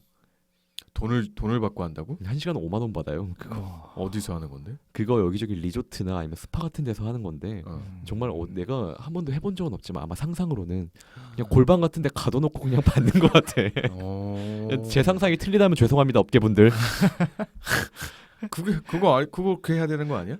뭘? 그렇게 하는 게 맞는 거 아니야? 그렇지. 그렇게 하는 거밖에. 그냥 하얀 방에 가다 놓고. 야. 정말 몸도 못 움직이게 이렇게 묶어놓고 정신병원처럼 쳐넣어야 되는 거 아닌가? 좀 더 강릉에 머물기로 한 어머니를 두고 나는 혼자 서울로 올라왔다. 강릉을 떠난 날 아침 나는 밥을 먹다가 갑자기 폭발이라도 한 것처럼 어머니를 향해 말을 쏟아놓았다. 매우 이상한 일이었다. 말을 하면서도 스스로를 이해할 수 없었고 말을 마칠 때까지도 어머니를 쳐다보지 않았다. 다 내 잘못이다. 모든 게 미안하다. 힘들더라도 가서 공부 열심히 해야 한다. 곧 엄마도 올라가겠다. 아마도 그런 얘기를 어머니가 늘어놓던 중이었을 것이다.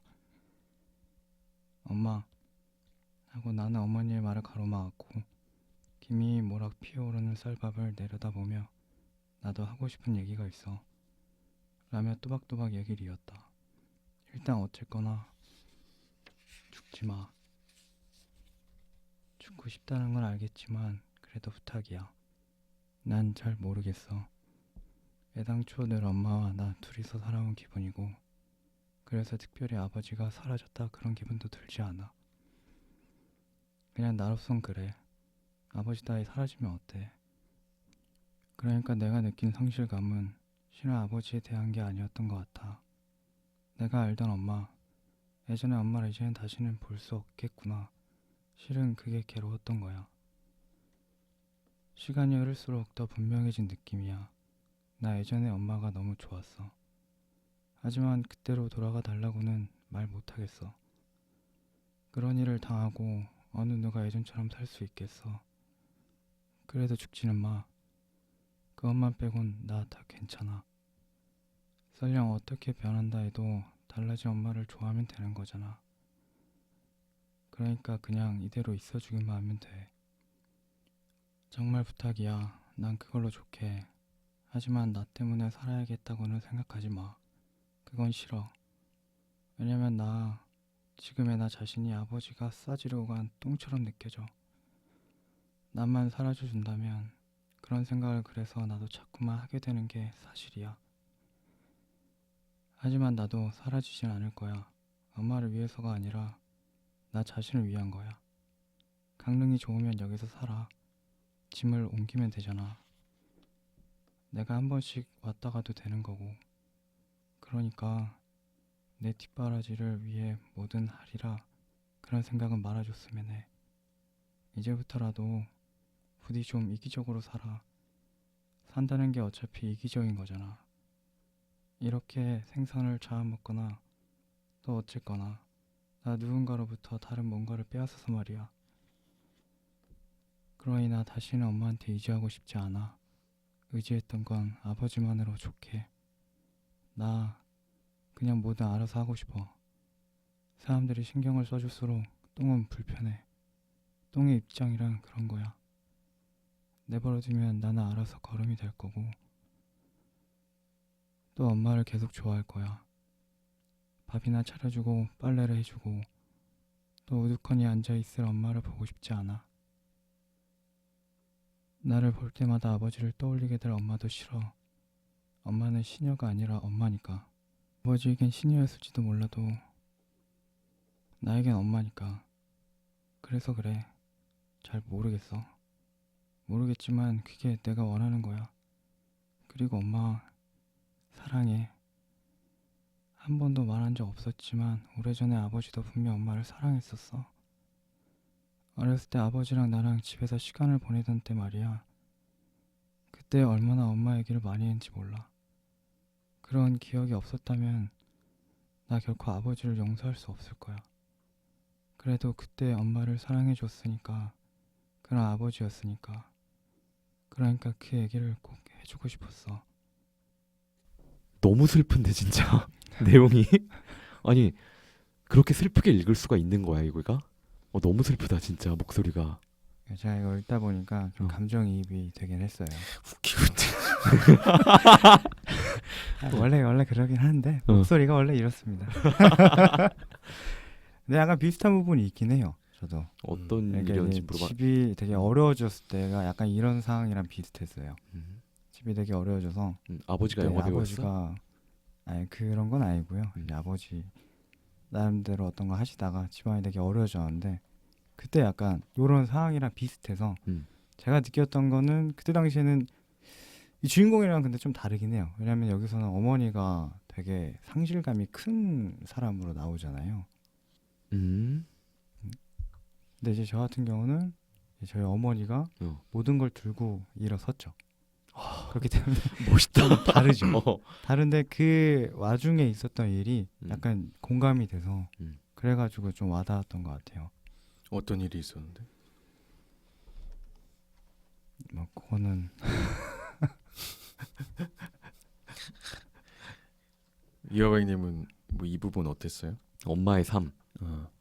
엄마의 삶 보면은 그러니까 제 나이 때는 그냥 비슷했던 것 같아요. 내가 살던 동네가 그래서 그랬던 건지 모르겠는데 우리 동네도 그렇고 우리 집안은 대체로 남자들이 못 났어. 못 나가지고 여자들이 되게 생활력이 강해요. 그래서 봐봐 저희 아버지도 할아버지 재산 다 말아먹고 되게 빠르게 말아드셨어요. 그치. 정말. 지금 이 자리에 있는 우리 네. 모두의 네. 다 그러지 않아? 공통점이네요. 공통점. 정말 아버님이 할아버지 재산 말아먹는 거는 지금 비트코인 말아먹는 것보다 훨씬 빨랐어요. 진짜. 근데 그러다 보니까 저희 아버지는 제가 초등학교 때부터 무직이었어. 그래서 난 언제나 그 아버지 엄마 직업 적어와라 할 때가 제일 난감했어요. 아버지, 우리 아빠는 직업이 없는데 이걸 뭐라고 적어야 되나? 근데 그걸 엄마한테 물어보면 자영업 한다고 적어. 라고 했는데 자영업이 그냥 노는 걸 얘기하나? 어릴 때 그냥 그렇게 생각했단 말이지. 근데 그렇게 하다가 보면은 너무 비슷한 것 같아. 근데 내 주변에도 이런 비슷한 경험들이 많고. 그게 이제 나도 이 부분 되게 좀 잘 읽었는데 네.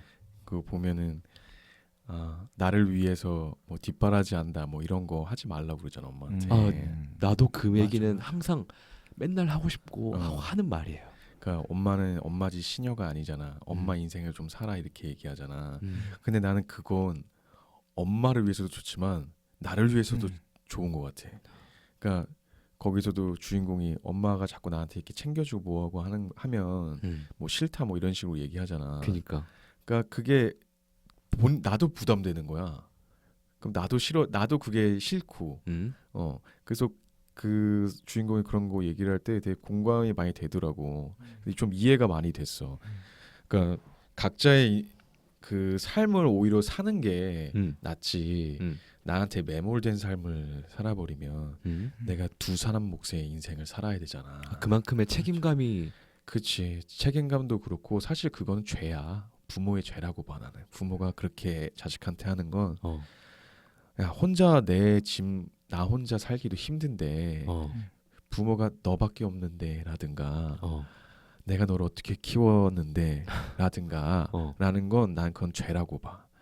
그러니까 두 사람 몫의 인생을 한 명이 끌고 가야 된다는 얘기인 거잖아. 두 명의 만족을 위해서 내가 살아야 된다는 건데 그건 정말 고통스럽거든. 그치.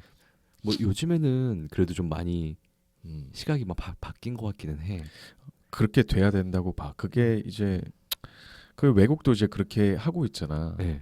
그러니까 난 그게 그렇게 하는 게 맞다고 봐. 그게 뭐 이제 나이가 이제 먹고 나서도 막 자식들한테 금전적인 거 막 하고 막 이러다 보면 본인들의 노후를 챙길 수가 없게 되잖아. 그쵸. 같이 자멸하는 거야. 그럼 다 같이 죽자가 돼버리는 거야. 너도 죽고 나도 죽는 거지 뭐. 근데 나는 옛날에 보면은 그러니까 우리 어릴 때만 해도 보통 자식한테 올인하는 사람들 많았잖아요.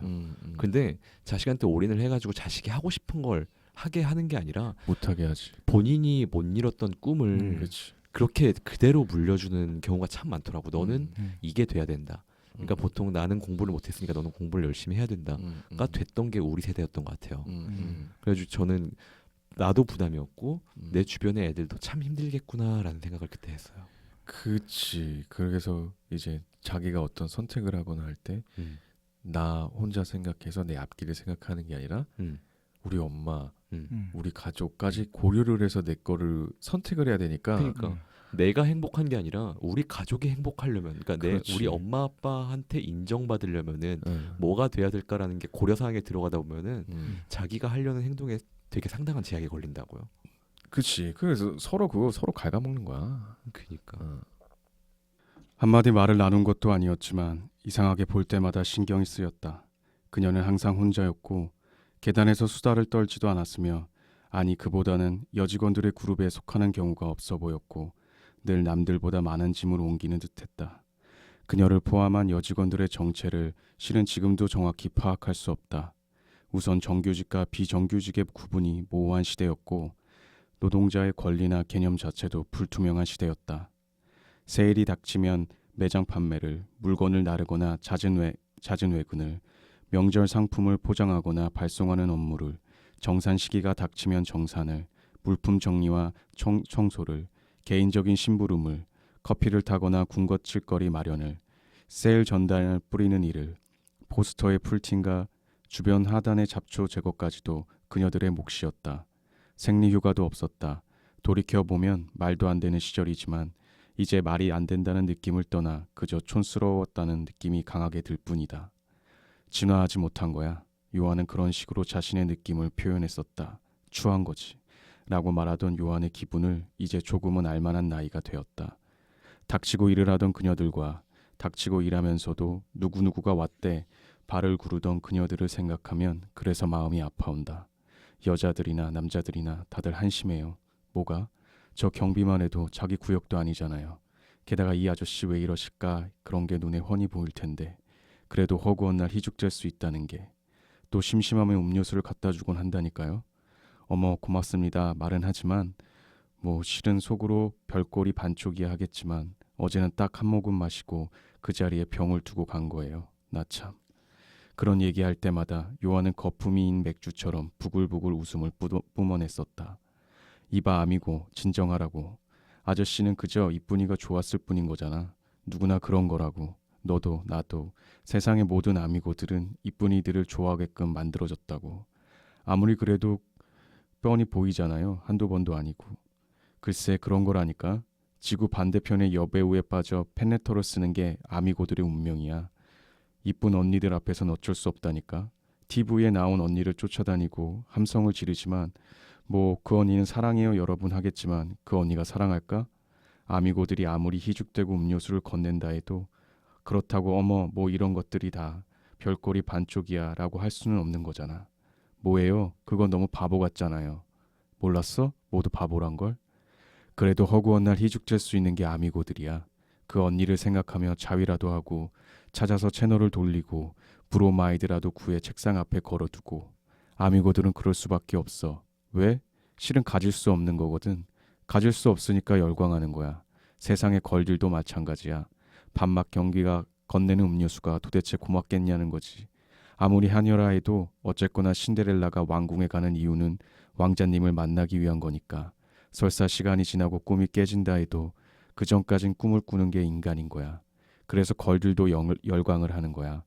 비명을 지르고 기절할 정도로 오빠를 외치고 물론 오빠들도 고마워요 또 여러분 사랑해요 하겠지만 오빠들이 과연 걸들을 사랑할까? 마찬가지지. 실은 가질 수 없기 때문이야. 너와 나 이런 아미고들과 걸들은 말이야. 그래서 족밥이야. 세상의 족밥들이지. 정말로 그런 오빠를 얻을 수 있는 언니들은 말이야. 또 그런 언니를 만날 수 있는 왕자들은 말이야. 서로에게 열광하지 않아. 왠지 알아? 시시하기 때문이지. 언제든 가질 수 있는 건 누구에게나 시시한 거니까. 뭐 그래도 좋은 거야. 돈만 주면 뭐든 하겠다는 인간들이 널린 게 사실이고 윙크 한번 날려주면 페이를 지불한 인간들도 널린 게 사실이니까. 문제는 바로 아미고들과 걸들이지. 가질 수 없는데도 허구한 날 희죽대는 거야. 만날 수 없어도 허구한 날 박수를 치고 와와 하는 거지. 어머 왜들 이러실까 소리를 들어도 하는 거야. 해서 저들에게 유리한 세상을 만들어주는 거지. 그래서 세상은 12시 종을 울리지 않아. 마법이 깨지는 순간 7 남쟁이와 신데렐라 모두를 잃게 되니까. 아니 실은 울릴 필요도 없는 거겠지. 애당초 마법은 존재하지 않았고 아미고들도 걸들도 이미 각성의 타이밍을 놓친 지 오래니까. 자 호박을 마차로 바꿔줬어. 너에게도 이제 차가 생긴 거야. 이런 어디서 이런 드레스가. 너 참으로 몰라보게 예뻐졌구나. 하지만 생각해봐. 아미고인 너에게 차가 생겼다면 저들은 대체 얼마를 벌었을지. 거린 내가 이 정도로 예뻐졌다면 저들은 대체 또 얼마나 예뻐졌을지. 그러니 내버려 두라고. 설령 마법을 만든 게 저들이라 해도 그 마법을 유지하는 건 다 같은 족밥들이야. 세상의 종은 실은 매일 울리고 있어. 아무도 듣지 않을 따름이지. 보라고. 백화점에 들어와 있으면 왕궁에라도 온 줄 아는 게 족밥들이니까. 안 그래 아미고? 근데 여기선 이 부분 참 좋은 것 같아. 어디요? 그래서 세상은 12시 종을 울리지 않아. 마법이 깨지는 순간 7 남장이와 신데렐라 모두를 잃게 되니까. 라는 거 있잖아. 모두가 이제 족밥들끼리 이제 서로 경쟁하면서 99%가 1%를 위해서 살아간다는 거. 그래서 나 여기서도 좀 재밌었던 게 이게 여기 쪽에 있었나? 그 추녀를 견디지 못하는 건 추남들이라고. 나 이제 거기서 좀 많이 동감을 한 게 그 뒤에도 좀 있는데 나는 가난한 자들이 가난한 자들을 더 업신여기거나 못 견뎌한다고 나는 생각을 하거든. 그게 그러니까 사회적 현상으로도 그렇잖아. 보면은 가난한 사람들이 가난한 사람들을 더 멸시해. 없는 사람들끼리 더 이게 정말 그리고 그것도 있어. 가난한 사람은 가난한 사람을 사랑할 때 정말 답답해. 나도 가난한데 미래가 안 보이잖아. 쟤도 가난해.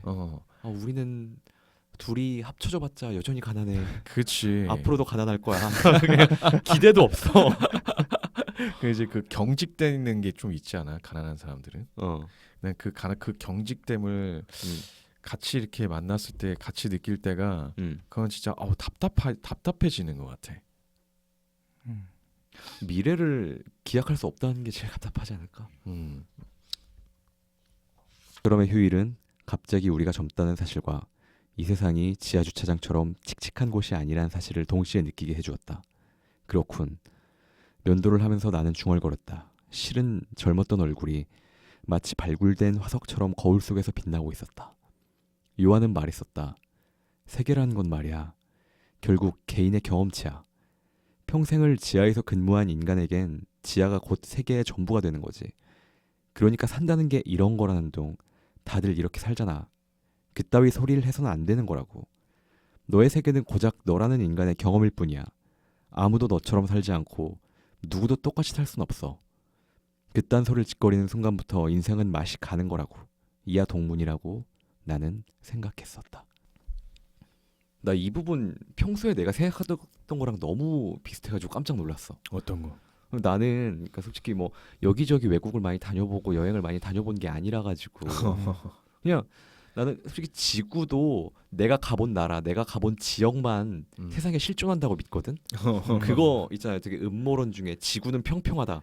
있지. 라는 거. 그거 믿는 사람 은근히 많아요. 그 외국에도 유명한 뭐 배우나 의외로 유명한 학자들도 이걸 믿는 사람들이 많대. 맞아. 나도 뭐 이해는 못하겠지만 그 사람들이 나랑 같은 심정이라면 이해는 좀 가. 자기 눈으로 보질 못했거든. 나도 그래. 내가 아직 못 가본 뭐 스페인, 남미 그런 데는 사실 다 없는 데야. 그 텔레비전에 나오는 스페인, 남미의 그런 광경들은 세트를 만들어가지고 사람들을 속이려고 남미라는 나라가 있습니다 세상에라고 그렇게 해가지고 거대한 세트를 만들어서 사람들을 기만하고 있는 거야. 트루먼 쇼처럼. 트루먼 쇼나 아니면은 그거 있잖아요. 나사가 달 착륙을 사실은 안 했다라고 했던 것처럼. 있지. 그 음모론 아직도 뭔가 끝이 안 나고 주장하는 사람들이 되게 많아요. 그래요. 나는 이제 내 눈으로 확인 못한 건 못 믿겠어. 뭔가 정신병인가? 아니 뭐 그치 거기 내용이 이제 그거잖아. 자기가 본 것만으로 자기의 인간은 그냥 자신의 경험치만큼밖에 볼 수 없다고. 그래가지고 남한테 세상은 원래 이런 거다라고 그 사람한테 얘기를 하면 안 된다는 거잖아요. 그 부분이 정말 와닿았던 게 그래가지고 남한테 뭔가 훈계를 하거나 그럴 때는 정말 조심을 해야 되는 것 같아요. 훈계할 때. 내가 살아보니 이렇더라. 너는 이러지 마라라는 얘기 있잖아요. 근데 그건 내 삶에서 그런 거고. 그치. 얘 삶에서는 똑같은 행동을 했을 때 다른 결과가 나올 수가 있는 건데. 그치. 그것까지 충분히 고려를 하다 보면은 사실 얘한테 뭔가 해줄 얘기가 없어 사실은. 없어. 차라리 안 하는 게 나은 것 같아 나는. 그렇지. 그게 참 이게 재밌는 건데 왜 경험이나 이런 충고 이런 거를 할 때 보면 사람들이 충고하는 거 참 좋아해. 우리나라 사람들 더욱 좋아하는 거야. 지적하는 거 좋아하고 그건 말이야 하면서 이제 얘기해. 그건 말이지. 이렇게 해야 돼. 내가 얘기해 줄게. 뭐 이런 거 하는 거 좋아하는 사람들이 참 많은데 그 만약에 본인이 경험치나 다양한 경험이 있고 그 사람의 이제 견해가 들을 만하다면 사람들이 원래 먼저 요청하거든. 이런 건 어떻게 생각하세요라든가 이런 경우라면 뭐 당신은 어떻게 하시겠어요라든가 물어본단 말이야. 근데 저 사람은 맨날 꼰대질이야라고 얘기 듣는다는 거는 그 사람이 뭐 그 사람의 충고가 필요 없는데도 혼자 떠드니까 욕을 먹는 거거든. 그치. 되게 듣기 싫어 그거. 근데 그 사람의 경험치까지 생각을 하면서 그런 걸 다 고려해서 얘기해 주는 사람들 같은 경우에는 충고하는 걸 되게 꺼려해. 왜냐면 자기가 모르는 세상도 많으니까. 그러니까 이 말이 이 사람한테 어떻게 영향을 끼칠지 되게 고민되잖아. 그러니까 다시 얘기하면 충고 좋아하는 새끼는 개새끼인 거야. 원래 충고를 좋아할 수가 없어. 하면 안 네. 돼.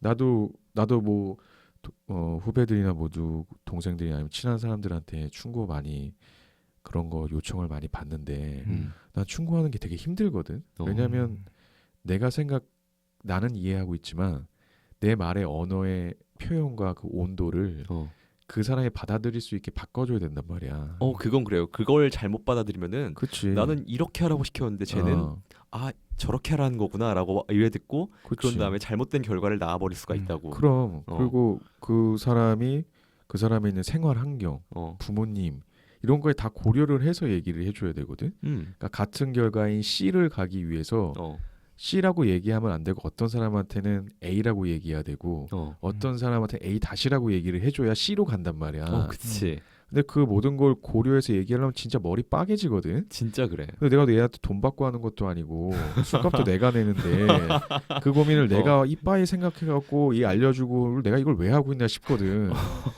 뭐 본인이 원하니까 얘기해 준 거지만 근데 그거 말고 야 이거는 저 사람 맨날 꼰대 이 얘기는 이런 충고를 존나 쉽게 한다는 얘기야. 그치. 난 그 새끼들의 그 이기심이나 그 마인드 자체가 이해가 안 되는 거야. 근데 그런 사람들 보면 어떻게 하냐면은 자기가 이렇게 시켰잖아. 그대로 해서 좋은 결과가 나왔잖아. 내 덕분이지. 자, 뭐 이거 한턱 쏴야 된다라는 식으로 얘기 나오던가 아니면 안 좋은 결과가 나왔다라고 하면은 그냥 그대로 잊어버려. 아니면은 그냥 없었던 일로 쳐버리거나 오히려 그 다음부터 그 사람을 쌩까던가. 그치. 그런 식으로 한단 말이야. 자기가 그 말 했는지도 모르지. 진짜 개새끼가 맞는 것 같아. 버릴 땐 그냥 버려. 어떤 생각도 없이 몽땅 쓸어 담아 버리지. 그러니 어쨌거나 너가 좋았다면 그걸로 된 거라고. 지금은 그걸로 오케이야. 문제는 앞으로의 삶이지. 이 세상은 뭐든 가질 수 있다, 뭐든 선택할 수 있다는 환상을 끊임없이 심어줘. 그래야만 끝없이 부러워하고 끝없이 일하는 99%의 인간들을 얻을 수 있기 때문이지. 내가 볼 땐 그래. 진짜 미녀라도 할 만한 여자도 진짜 추녀라고 불릴 만한 여자도 실은 1%야. 나머진 모두 평범한 여자들이지. 물론 근사치야 있겠지만 그런 거라고. 거울을 보고 그래도 나 눈은 괜찮은 편인데 역시 이마와 턱은 아니야. 이 각도에서 보면 괜찮은 얼굴인데 문제는 종아리야. 나 입술은 예쁘다고 생각하는데 코와 어울리지 않아. 뭘 어쩐다 해도 이 가슴만큼은 들키지 않아야 해. 이 정도면 나 괜찮은 거야. 그래도 팔과 허벅지가 굵은 건 변명의 여지가 없어. 다들 내 몸매를 부러워하지만 하이힐 속에 도룡뇽 발가락이 있다는 걸 알면 어쩌지? 난 포기야. 그래도 누군가는 실은 내 코가 예쁘다는 걸 알아보지 않을까? 나 살만 좀 빼면 괜찮은 얼굴이라 생각해. 키는 구두로 어떻게든 되는 거잖아. 부끄러워하고 부러워하고 부끄러워하고 부러워하고 결국 그게 평범한 여자들의 삶인 거야. 남자도 마찬가지야. 그게 인간이야. 모든 인간에게 완벽한 미모를 준다 해도 상황은 달라지지 않아. 그때는 또 방바닥에 거울을 깔아놓고 내 항문의 주름은 왜 정확한 쌍방 대칭 데칼코마니가 아닐까. 머리를 쥐어뜯는 게 인간이라고. 신이여, 당신은 왜 나에게 좌우 비대칭 소음순을 주신 건가요? 당신은 왜 나에게 짝브라를 달아준 건가요? 따지고 드는 게 인간이기 때문이지. 부끄러워하고 부러워하고 부끄러워하고 부러워하고. 이상하다고 생각해 본 적 없어?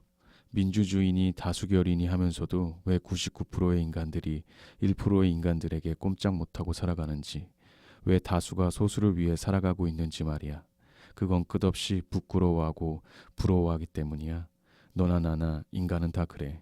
그래서 묻겠는데 2조각 정도를 먹고 나면 너도 곧 너가 고른 치즈 자체를 망각해버리지 않을까? 그런 생각은 해보지 않았어요. 라고 대답하자 요한이 물끄러미 내 눈을 쳐다보았다. 그럼 어느 순간 스스로가 부끄럽게 여기진 않을까? 이를테면 그 친구와 토요일 오후 종로 서적 3층과 4층 사이 계단에서 약속 같은 걸 할 수 있겠냐 그런 거지. 너도 곧 부끄러워하고 부러워하지 않을까?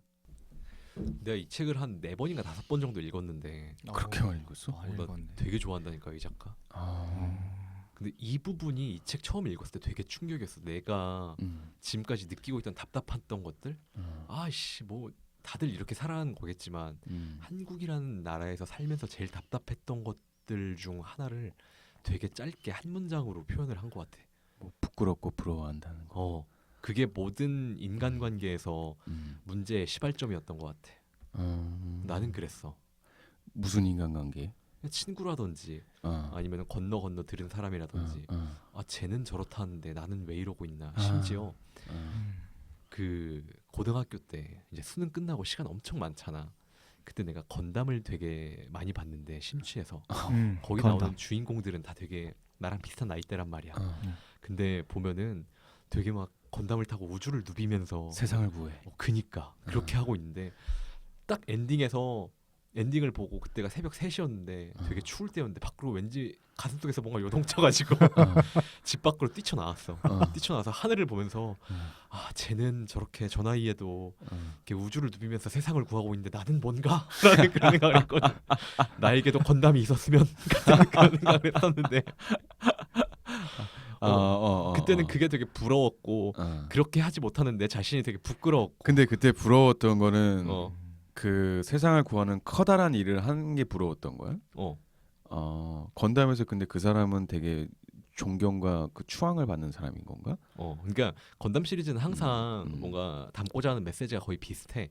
반전이고 주인공은 항상 전쟁을 막기 위해 싸우거든. 아이러니하지만 근데 그 삶은 고통스러울 거 아니야. 되게 고통스럽지. 그 중에 되게 유명한 작품 중 하나는 주인공이 마지막에 정신병자가 되면서 그래. 끝나.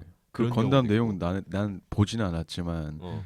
되게 좀 약간 새드하다고 그러던데. 아무래 항상 끝에 뭔가 잘 되는 사람이 없어. 해피엔딩이 없어. 애들이 볼 만한 거 아니라고. 애들을 타겟으로 만든 건지 어떤 건지 모르겠는데 음. 되게 시리어스해. 그치. 근데 그게 되게 그러니까 내가 볼 때는 아마 거기서 감동을 느꼈다면 아마 나는 내 생각은 쟤는 저렇게 자신의 인생을 바쳐서 헌신할 만한 가치를 발견했구나 라는 거에 요동을 치지 않았을까? 그건 그랬던 것 같아. 나는 지금 당시에는 더더욱 그렇고 지금도 그렇지만 뭘 위해 살아가고 있는지도 잘 모르겠고 그치. 내가 목표로 한 방향이 있는 것도 아니고 만약에 목표로 한 방향이 있다고 하더라도 거기에서 내가 위치가 어느 정도인지 알기가 힘드니까 점점 목적 의식이란 게 사라진 삶을 살고 있는 것 같은 느낌이 들어. 그치. 근데 이제 왜 모든 영웅 만화나 그 트랜스포머도 그렇잖아. 샘 위키 네가 이제 세상을 구해야 돼. 이렇게 모로보시 얘기하잖아. 이제 내 삶의 의미와 내가 헌신할 가치를 발견했을 때 그 의미를 발견해. 그 모든 신화나 영웅 전설이나 다 모든 게 그렇잖아. 왜 일본 만화를 다 보면은 막 거부하고 있다. 저는 그런 사람이 아니에요. 저는 그냥 평범한 학생이라니까요. 막 이러는데 아니야. 막 그러면서 어떤 뭐 요정이나 막 여자 뭐 이런 사람들이 나타나가지고 아니야 너는 세상을 구할 의무가 있어 그러면서 막 따라다니면 저는 아니라고요 막 이러다 보면은 피하다 보면 막 가족이 죽고 막 친구들이 너 친구들과 가족이 죽는데 넌 이렇게 도망만 칠 거니 막 이러면 어쩔 수 없고 내가 나서야겠어 하면서 이제 나서잖아. 이제 그런 이제 자신의 삶의 의미를 찾은 그런 영웅 그런 비극적인 결말일지도 몰라도 그런 목적을 찾은 사람들을 봤을 때 되게 두근두근 거릴 수 있지. 근데 지금 여기서 이 책에서 하는 내용 같은 경우에는 그런 의미나 이런 거라기보다는 아마 세속적인 가치에 대한 얘기를 한 게 아닐까 싶거든. 그러니까 여기서 나오는 얘기가 부끄럽고 부러워한다는 게 쟤는 예쁜 여자를 만나는데 나는 왜 쟤보다 더 못생긴 여자를 만나야 되지? 그렇지. 여기에서 하고자 하는 얘기는 조금 더 그 얕은 수준이라고 하긴 좀 그런데 그냥 우리가 일상적으로 생각할 수 있는 그런 것들. 그렇지. 좀 약간 1차원적이지. 거기에서 오는 부끄러움과 그리고 부러움이겠지. 그러니까 뭐 여기서 말하는 그런 애들이 막 쟤는 삶의 의미를 발견했구나. 난 삶의 의미를 아직 발견하지 못해서 참 부끄러워. 이런 건 아니겠지. 스님들이 부처님은 깨달음을 얻으셨는데 그치. 나는 아직이구나 멀었구나라는 그런 게 아니라 부끄러워. 막 이런 내용은 아닐 거야. 막 이러면서 뭐 이렇게 행자님은 깨달음을 얻으셨군요. 부끄러워. 난 10년이나 했는데 아직 깨달음을 얻지 못했어. 더 정진해야지. 이런 부끄러움은 아닐 거야. 그렇죠. 왜 나는 아반떼를 끄는데 쟤는 그랜저를 끌지? 뭐 이런 얘기겠지. 그러니까 쟤는 나보다 잘난 게 하나도 없어 보이는데 근데도 불구하고 쟤는 가진 게 많고 쟤는 운이 좋아서 뭐 해서 그치. 나보다 조금 더 가진 사람들한테 그렇게 하는 거고 나보다 오히려 좀 덜 가진 사람들은 천대하는 그런 게 있다고. 맞아. 그러니까 나는 나 이런 사람들 되게 싫어하는데 나도 물론 부끄러워하고 부러워하고 하지. 근데 더 문제는 자기 레벨을 모르는 사람들이 되게 문제인 것 같아. 왜 이상하게 시기하는 사람들 있잖아. 음. 내가 볼 때 쟤하고 쟤는 시기할 만한 대상의 레벨이 아예 되지가 않는데 왜 쟤도 나랑 똑같은 대학 나오고 똑같은 학과 나오고 자기 친구나 분명히 레벨이 떨어지는 게 보이잖아. 근데 시기하는 애들이 있어. 그래갖고 막 쟤 저렇게 또 착한 척 하려고 그런다. 막 이러면서 쟤는 뭐 이런 게 이러겠지. 막 이러면서 시기하는 애들 있잖아. 네. 나는 그런 애들 보면 나는 사실 사람의 레벨은 존재한다고 보거든. 어쩔 수가 없지 그거는. 그건 태어난 거 뭐 이런 걸 떠나서 품성도 그렇고 나는 그 인성에서도 레벨이 있다고 나는 생각을 하는데 분명히 레벨 자체가 높은 인간들이 있어. 인성 레벨은 떨어지는데 능력치 자체는 진짜 높은 인간들이 있고 능력치는 떨어지는데 이 뭐 인성이나 품성 자체의 레벨이 진짜 높은 인간들도 있고. 근데 이제 그 레벨 자체를 전혀 따라가지를 못하는데 괜히 시기 질투만 하는 인간들이 있거든. 정말 그런 애들이 대부분 사회에서 문제를 일으키고 자기 주제 파악 못하는 인간들, 그런 애들이 문제를 일으키고 다른 사람들을 이렇게 모함하고 그 어떤 조직이나 이런 데서 그 조직을 와해시키고 하는 인간들이 보통 이런 인간들인데, 그런 인간들은 차라리 그 부끄럽고 부러워하는 것조차도 못 느끼지. 그러면 어떤 감정을 느낄까? 그냥 믿고 싫은 거야. 그냥 이건 잘못됐다라는 그런 막연한 그렇지. 느낌인가? 걔네는 차라리 부러워하지 부끄럽고 하지조차도 않아. 왜? 넌 뭐가 더 잘나는데? 이렇게 되는 거지. 차라리 부끄럽고 부러워하면 나는 그건 오히려 인간적인 거. 그냥 오히려 자기 레벨을 아는 거니까 자기 레벨을 알고 그러니까 대상의 레벨을 알고 부끄럽고 부러워하는 거니까. 그리고 부끄럽고 부러워하는 건 난 사실 필요는 하다고 보거든. 본인이 자기 발전을 할 거면 차라리 부끄럽고 부러워하는 게 나는 맞다고 봐. 그건 맞는 것 같아. 근데 이제 문제는 난 이 책에서 얘기하고 있는 거나 이렇게 여기서 문제는 뭐냐면 부끄럽고 부러워하는 걸 강요하는 사회라는 거지. 자기는 그렇게 느끼지 않는데 그렇게 해야 된다. 너 지금 부끄러워해야 되는데 너 왜 혼자 이렇게 웃으면서 잘 살고 있니? 야, 너 대학도 그런 데밖에 못 나온 주제에. 야, 대기업도 아닌 주제에. 야, 너 뭐가 좋다고 월 200도 못 버는 게 이렇게 맨날 실실 웃고 다니고 있어. 라고 하는 지금 사회잖아. 그렇지. 너 뭐 하려고 야, 너 그걸 돈은 되니? 하면서 너 왜 안 부끄러워해? 너 부끄러워해야 돼. 라고 지금 그렇지. 강요하는 사회가 되기 때문에 맞아요. 그게 문제인 거지. 맞아요. 그러면은 그게 우리나라만의 문제일까? 아니면 우리나라에서 유독 심한 걸까? 나는 그 어느 나라나 다 있는 거라고 봐. 음. 프랑스도 있고 다 있어. 그 없는 나라 없어. 음. 있는데 표시를 안 하는 것뿐이지. 말하자면 인종차별처럼. 프랑스도 그렇고 미국도 그렇고 캐나다도 그렇고 인종차별이 없을 것 같아? 있어. 있는데 말을 안 하는 것뿐이야. 그냥 서로 터부시하고 쉬쉬하는 거지. 그렇지. 서로 쟤도 이 생각하고 있을 거다. 나도 이 생각하고 있는데. 그리고 그걸 하면 천박하게 보니까. 그러니까 뭐 꾹꾹 숨겨두고 있는 거지. 그렇지. 근데 나는 우리나라는 지금 그 부분에서 너무 천박하다라는 거지. 그냥 대놓고 드러내는 게. 미국이 그렇잖아. 미국이 음. 돈 벌었어. 그러면 존경하는 인물 되잖아. 그렇죠. 우리나라도 지금 그렇게 돼가고 있잖아. 돼가고 있지. 근데 옛날에는 안 그랬단 말이야. 왜 옛날에는 부잣집 아들이 이렇게 차 끌고 다니려 외제차 끌고 다니려고 그러면 남들이 욕한다. 그러면서 막 예전 부자들 뭐 그냥 뭐 이런 차 끌고 다녀라. 야씨 너 어린애가 그렇게 차 끌고 다니면은 사람들이 욕한다. 이런 게 있었는데 어느 순간부터 그런 게 없잖아. 그냥 되게 천박하게 그냥 뭐 또 돈 있는데 뭐 돈이면 다 됐지 뭐. 이렇게 돼버린 거지. 근데 그거를 사람들이 이제 인정을 하니까 그리고 그렇죠. 돈 많은 거 표시하는 게 흠잡을 게 아니다라는 그런 인식으로 돼버리니까 점점 더 그렇게 되는 것 같아. 그래서 나도 돈 있으면 저렇게 할 텐데. 그치. 한 거지. 왜냐면 자기도 욕은 하지만 자기도 돈 있으면 저렇게 될 것 같거든. 할 거거든. 자기도 저렇게 갑질할 거고. 친구 중에 한 명이 예전에 아직도 기억나는 게 같이 술 마시고 걔가 아우디를 뽑고 나서 얼마 안 돼 있었어. 그때 이제 뒷좌석에 우리가 타고 앞좌석에 이제 기사 아저씨가 대리기사 아저씨가 타고 이렇게 해서 인파 속을 이렇게 헤집고 가는데 사람들이 다 쳐다보는 거야. 지나가는 사람들이 한 번씩은 뭐 그게 되게 짧은 시선이었지만 그치. 걔는 그 안에서 그걸 되게 즐기고 있더라고. 성공했어? 그러니까 그거를 되게 뭐 속으로 막 흐뭇해하는 게 아니라 나한테도 되게 대놓고 얘기를 했어. 내가 이러려고 아우디 샀어. 라고 얘기를 했거든. 옆에서 들으면서 뭐 내가 부정은 못하겠다만 아, 그 좋은 일이야. 좋은 자주 일이야. 선거에서 돈 많이 번 거야? 아니 이거 아빠가 사준 거야. 아니 그것도 되게 근데 본인의 자부심은 자기가 이거를 아빠가 사줬지만 우리 집안은 이런 걸 할부로 사주지 않고 일시불로 사주는 집안이다라는 거를 되게 자부심을 느껴 했어. 그걸 자부심을 느꼈어. 나한테 그렇게 얘기했다니까. 내가 이러려고 아우디 샀다고. 반은 장난이었겠지만 거기에 본심이 아예 없다고는 생각 안 했어. 아, 근데 그 친구도 좀 레벨이 낮다. 원래 그 정도 거에 있었다는 건 어릴 때부터 그런 시선을 많이 느끼고 살았을 거 아니야. 그런데도 굳이 그걸 또 연연을 하나? 나는 그것도 좀 신기하네. 근데 뭐 그게 즐거우면 그렇게 될 수 있지도 않을까?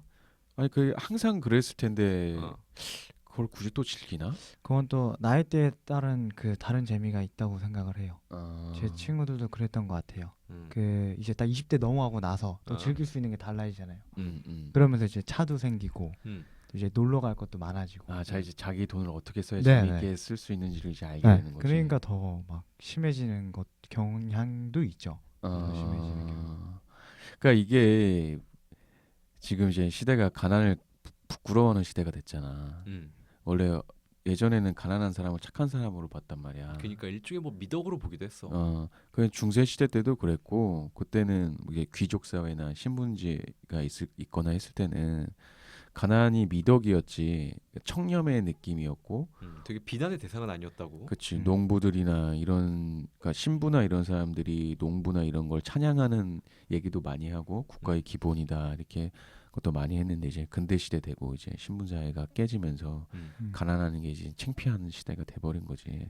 가난한 거는 네가 무식하고 노력을 안 해서 그런 거다. 그건 미국도 그렇고 모든 나라가 다 그랬지. 그래서 가난이 창피한, 가난이 죄가 되는 이제 시대가 돼버린 거지. 그건 우리나라도 그렇고. 근데 우리나라도 미국이나 이런 나라처럼 대놓고 이제 너무 천박하게 이게 뭐 어른들이 얘기하고 뭐하고 하는 거에 다 밑은 그거거든. 그래 그거 돈 되니거든. 그거 돈 되니? 아 네가 말하는 꿈 뭐 변호사 하겠습니다. 그러면 그래 열심히 해라 하겠지만 뭐 한다고 저건 돈이 안 될 텐데. 만약에 변호사가 명예직이고 돈도 안 되고 되게 명예는 좋지만 월 200도 못 버는 거라면 부모님이 하라고 하겠어? 안 하겠지? 그리고 돈 못 버니까 하지 말라는 건데 우리가 지금 느끼고 있는 부끄럽고 부러워하는 거 다 돈이잖아. 그치. 내가 쟤보다 덜 번다, 더 번다라는 거잖아. 나는 지금 강남에서 살고 있지만 쟤는 똑같이 강남에 살고 있어도 쟤는 전세 살고 있지만 나는 우리 집이야. 뭐 이런 거지. 그리고 성공의 척도도 돈 얼마나 버냐. 사실 그 맞는 얘기긴 한데 현대 자본주의 사회인데 뭐 능력이 없는데 돈을 못 벌 수는 없지. 뭐 종이접기를 너무 잘한다고 해도 이게 돈으로 환산이 안 되면 그건 능력이 아닌 거고. 그렇잖아. 뭐 사실 뭐 잘하는 거 있으면은 뭐 딱지치기를 잘해도 유튜브 방송이라도 할 수 있는 건데 돈이 안 되는 건 못 하는 거야. 사실 그건 맞는 얘기긴 해. 나는 그렇게 생각을 해. 잘하면 돈이 될 수밖에 없어. 돈이 안 된다는 건 자기가 못하니까 돈이 안 되는 거지. 뭘 해도 잘하면 난 돈이 된다고 보거든. 근데 문제는 돈을 못 벌면 다 창피해야 되냐는 거지. 그게 삶의 목적이 아닌 사람들도 많은데. 그러니까 근데 그렇게 행복하게 살 수도 있는 사람들인데 굳이 와가지고 오지랖 떨면서 그치. 너는 지금 뭐가 좋다고 웃고 있냐? 쟤 봐라. 쟤 세상 행복한 애다라고 그게 세상 행복한 애다라는 그 말 사이에도 되게 조롱이 섞여 있는 거라고. 그러니까 그게 그거랑 똑같은 거지. 무신론자한테 와서 맨날 와갖고 얘기하는 거지. 너는 신을 안 믿으니 하나님을 안 믿으니까 넌 지옥 갈 거야. 그 얘기를 맨날 와서 하는 거지. 아이고 저건 하나님도 하면서 지옥 가겠지. 아이고 저건 하나님도 하면서 지옥 갈 거야. 이거 하는 거랑 똑같은 거지. 와갖고 나는 하나님 안 믿어도 충분히 행복할 수 있는데 그런 애한테 와서 저주를 퍼붓는 거잖아. 그치. 그건 저주잖아. 저주. 뭔가 본질이 잘못된 거지. 근데 자기는 돈 이런 거보다는 자신의 삶을 나는 그냥 뭐 200~300만 벌더라도 난 이렇게 살 수 있어요라고 하는 인간한테 꿈을 가져라. 너는 더 발전할 수 있다라고 얘기하는 건 이미 천국에 살고 있는 애한테 넌 지옥에 살 거라고 옆에서 계속 저주하는 거랑 똑같은 거지. 그러니까 너무 발전을 강요하는 사회가 됐는데 그 발전도 이제 돈 쪽으로 너무 치우쳐 있다는 거지. 그치. 결국에는 뭐 행복하려고 돈을 버는 건데.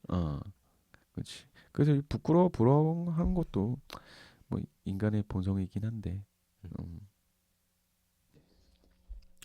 고통을 견딘다, 진통이란 것에도 여러 종류의 방법이 있을 거라 생각합니다.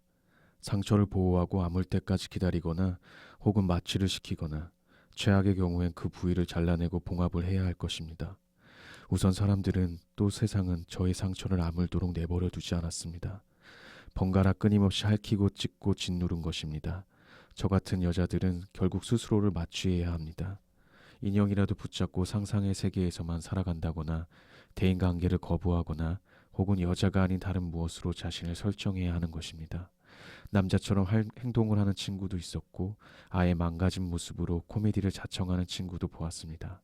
특이한 여자, 웃기는 여자, 설령 여자의 일부를 포기한다 해도 못생긴 여자보다는 낫다 생각할 수밖에 없는 것입니다. 이를테면 야근을 마치고 미쓰리 이렇게 늦었는데 괜찮겠어? 건성으로 묻는 말에 그럼요, 전 얼굴이 무기잖아요. 대답이라도 해야 환영받는다는 사실을 깨닫는 것입니다. 그대와 나의 영원한 사랑, 이런 노래를 불러봐야 웃음거리만 된다는 사실을 알게 되는 것이고 결국 아싸를 외치거나 웃기는 춤이라도 춰야 박수를 받는다는 사실을 아는 것입니다.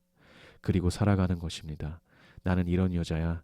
끊임없이 스스로를 마취한 채 말입니다.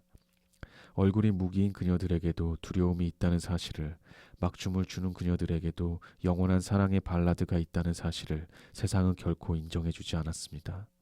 그리고 저 같은 여자가 있습니다. 아무리 마취를 해도 고통을 이길 수 없는, 결국 어떤 방법도 찾을 수 없는 여자가 있는 것입니다.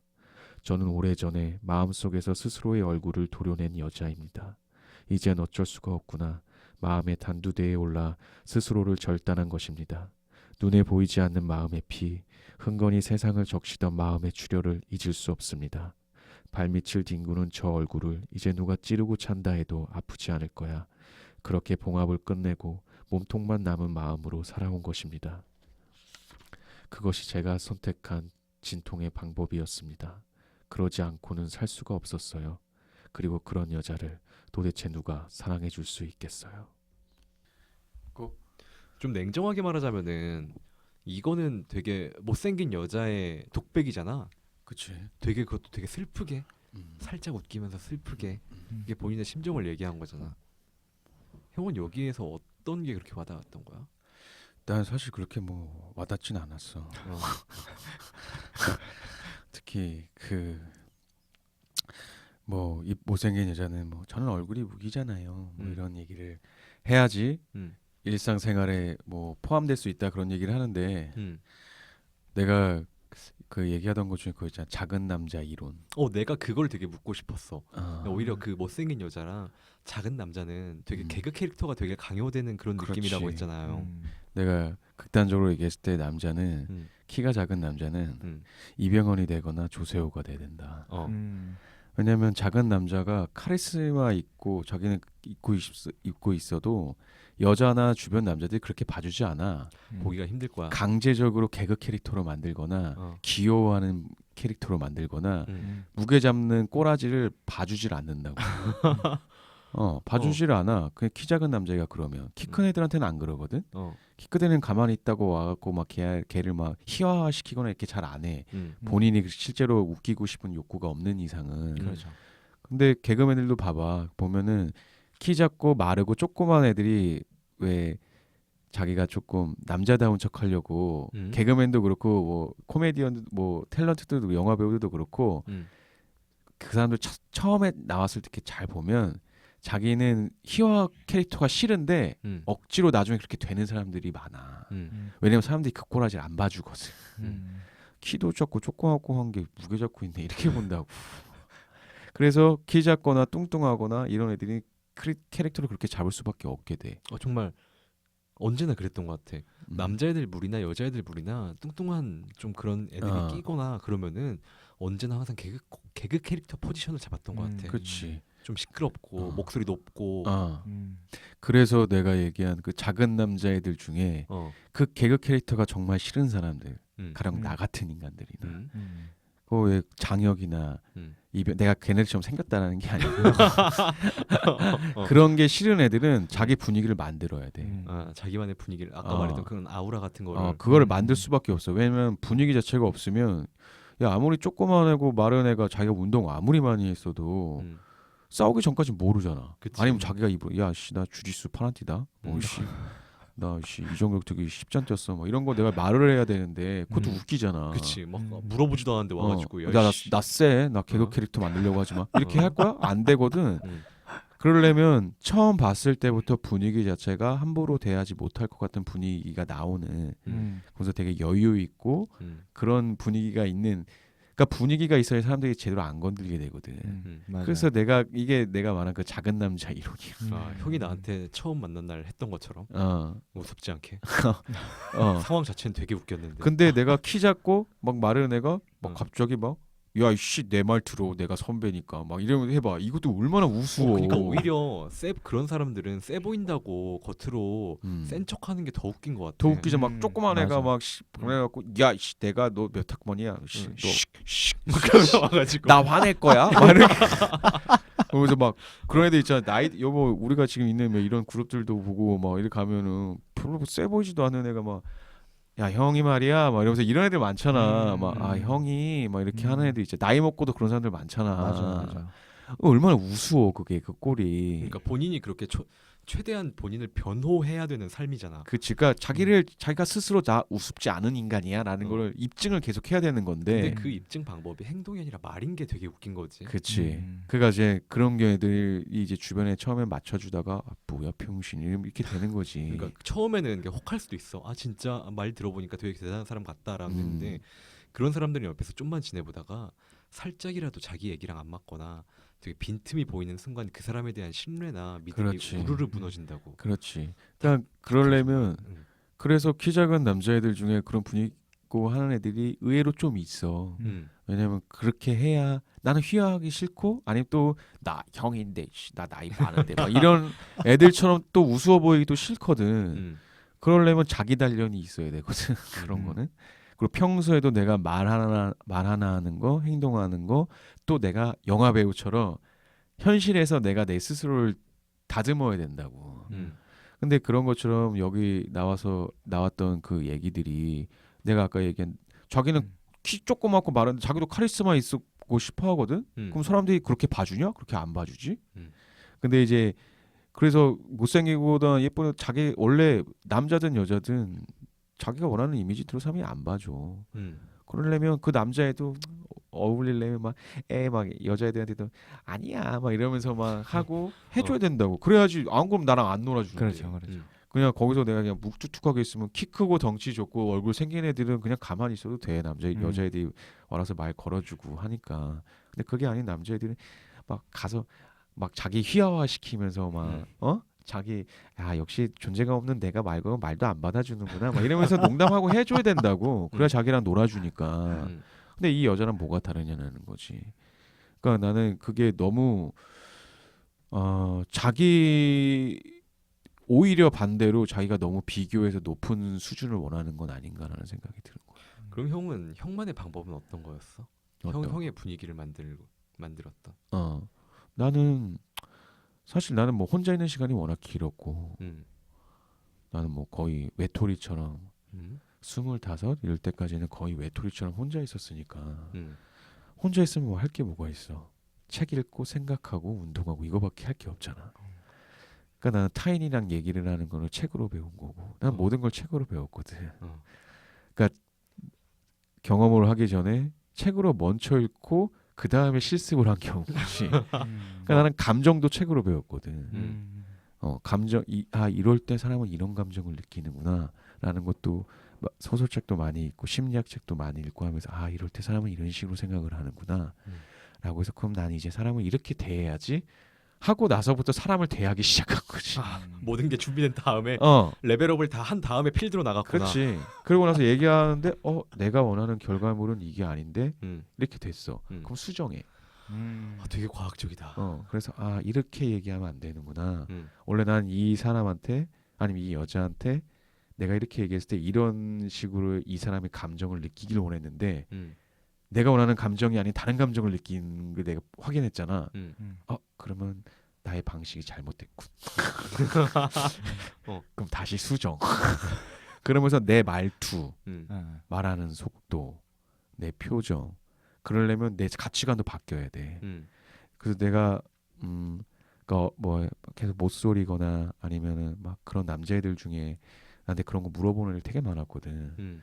왜냐면 지가 볼 때는 자기랑 또 뭐 똑같이 조그맣고 잘생긴 것도 아닌데 뭐 걔네가 보기에는 그래도 뭔가 달라 보이고 하니까 물어봤겠지.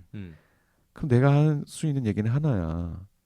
멋있는 척하는 것보다 멋있어지는 게 더 쉽고 지적인 척 보이는 것보다 진짜 지적으로 되는 게 더 쉬워. 아 정말 그런 것 같아. 우린 연기를 할 수가 없어. 봐봐. 지적인 사람이 되는 게 아니라 지적인 연기를 하려고 하면은 모든 상황에 다 대처를 할 줄 알아야 돼. 그렇지. 근데 그거를 다 하나하나 외우고 있고 모든 상황을 상정하기보다는 그냥 본인이 지적인 사람이 되는 게 그렇죠. 훨씬 더 빠른 길인데.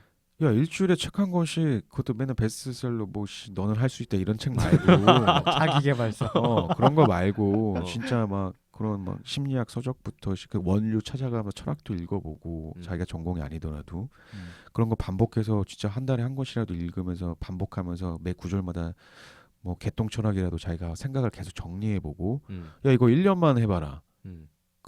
그러면 자기가 꼭 그 지적이지 않은 하나도 안 보이는 애들이 자기 책 많이 읽는다고 자기 입으로 얘기하거든. 근데 나는 그런 말 해본 적 한 번도 없거든. 근데 그건 얘기하다 보면 다 나와. 진짜 이 사람- 느껴지는 것 같아 그거는. 근데 자기 책도 뭐 읽었다고 했는데 그래서 넌 책에 대해서 그 책에 대해서 나도 읽어갖고 얘기를 물어보잖아. 의견 하나도 없어. 그게 읽은 건지 나는 사실 잘 모르겠어. 그걸 책을 읽었다고 할 수 있는 건지.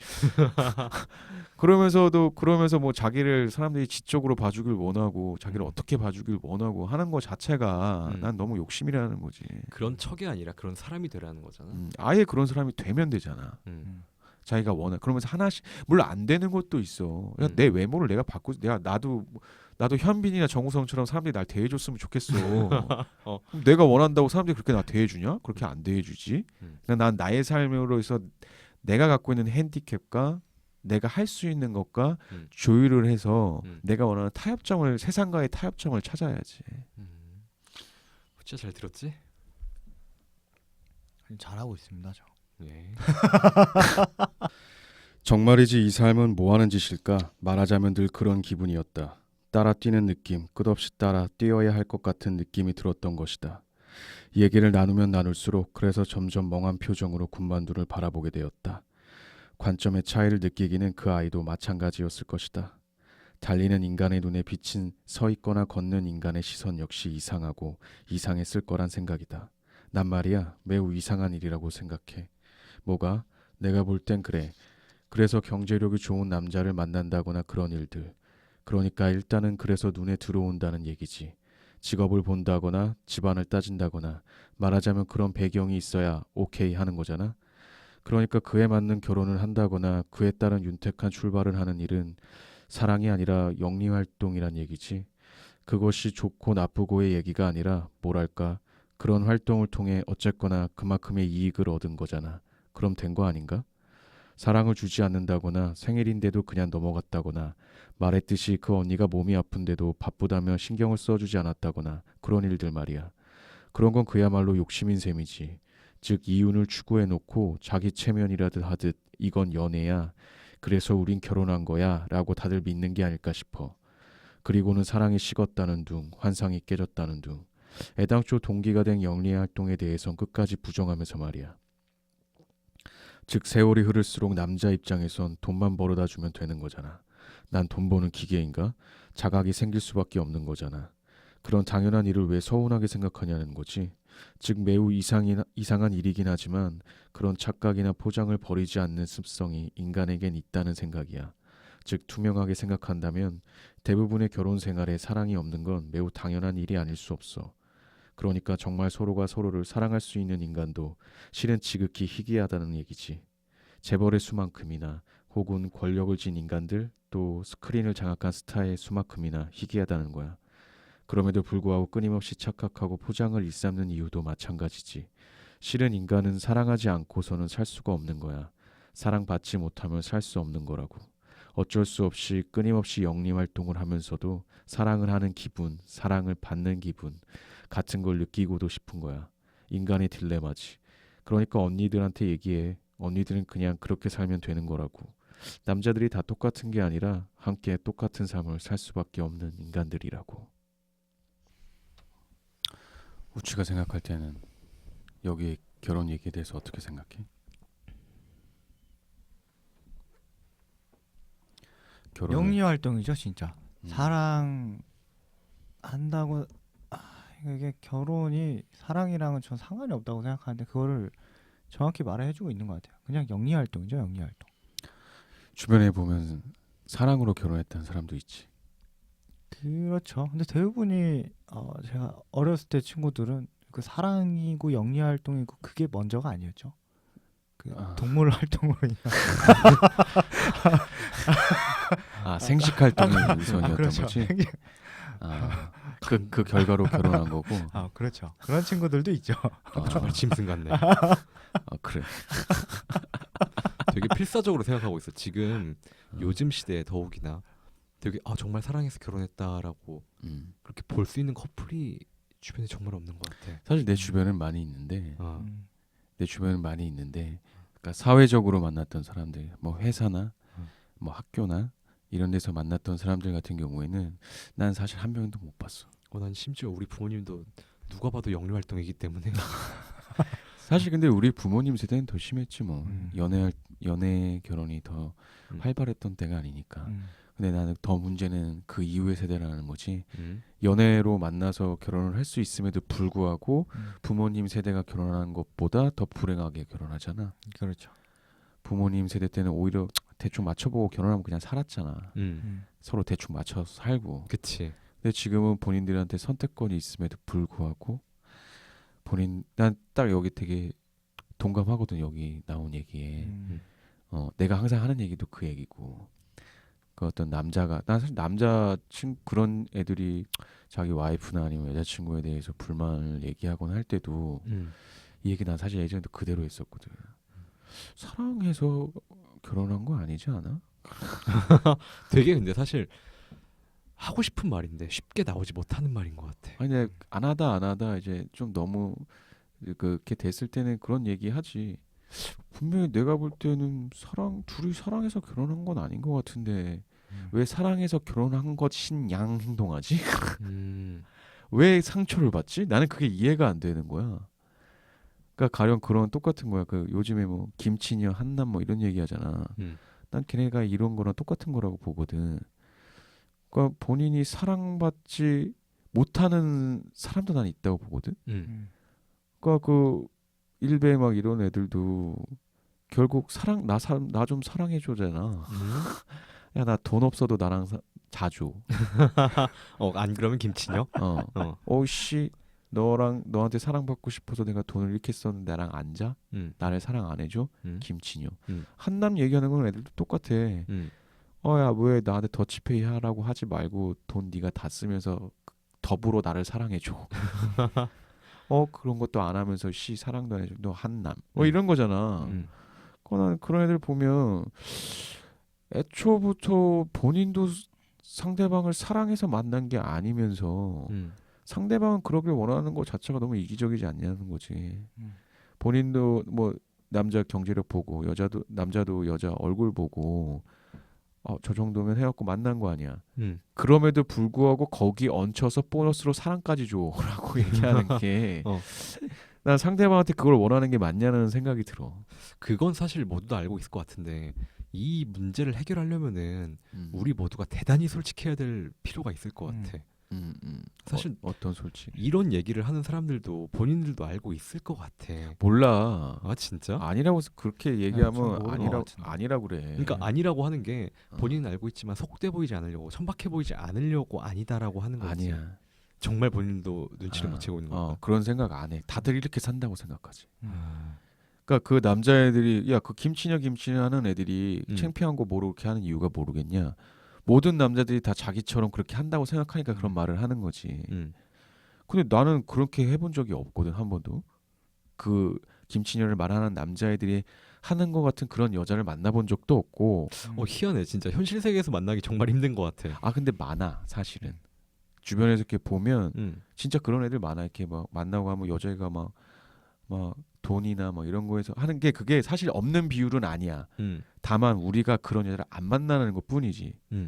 그 여자가 남자를 만날 때도 마찬가지야. 한남 많지. 많지. 근데 한남만 만나는 애들이 한남만 만나게 돼 있어. 왜 그러겠어?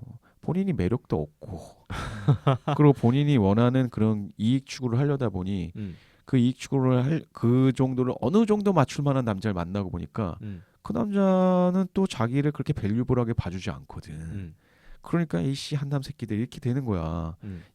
내 경제 이익 추구도 되면서 사랑도 줘. 근데 야씨 사랑은 또 안 줘. 그 정도의 밸류블한 또 여자는 아닌 거야. 항상 거기서 이제 매치가 안 되는 거에서 계속 문제가 생기는 건데.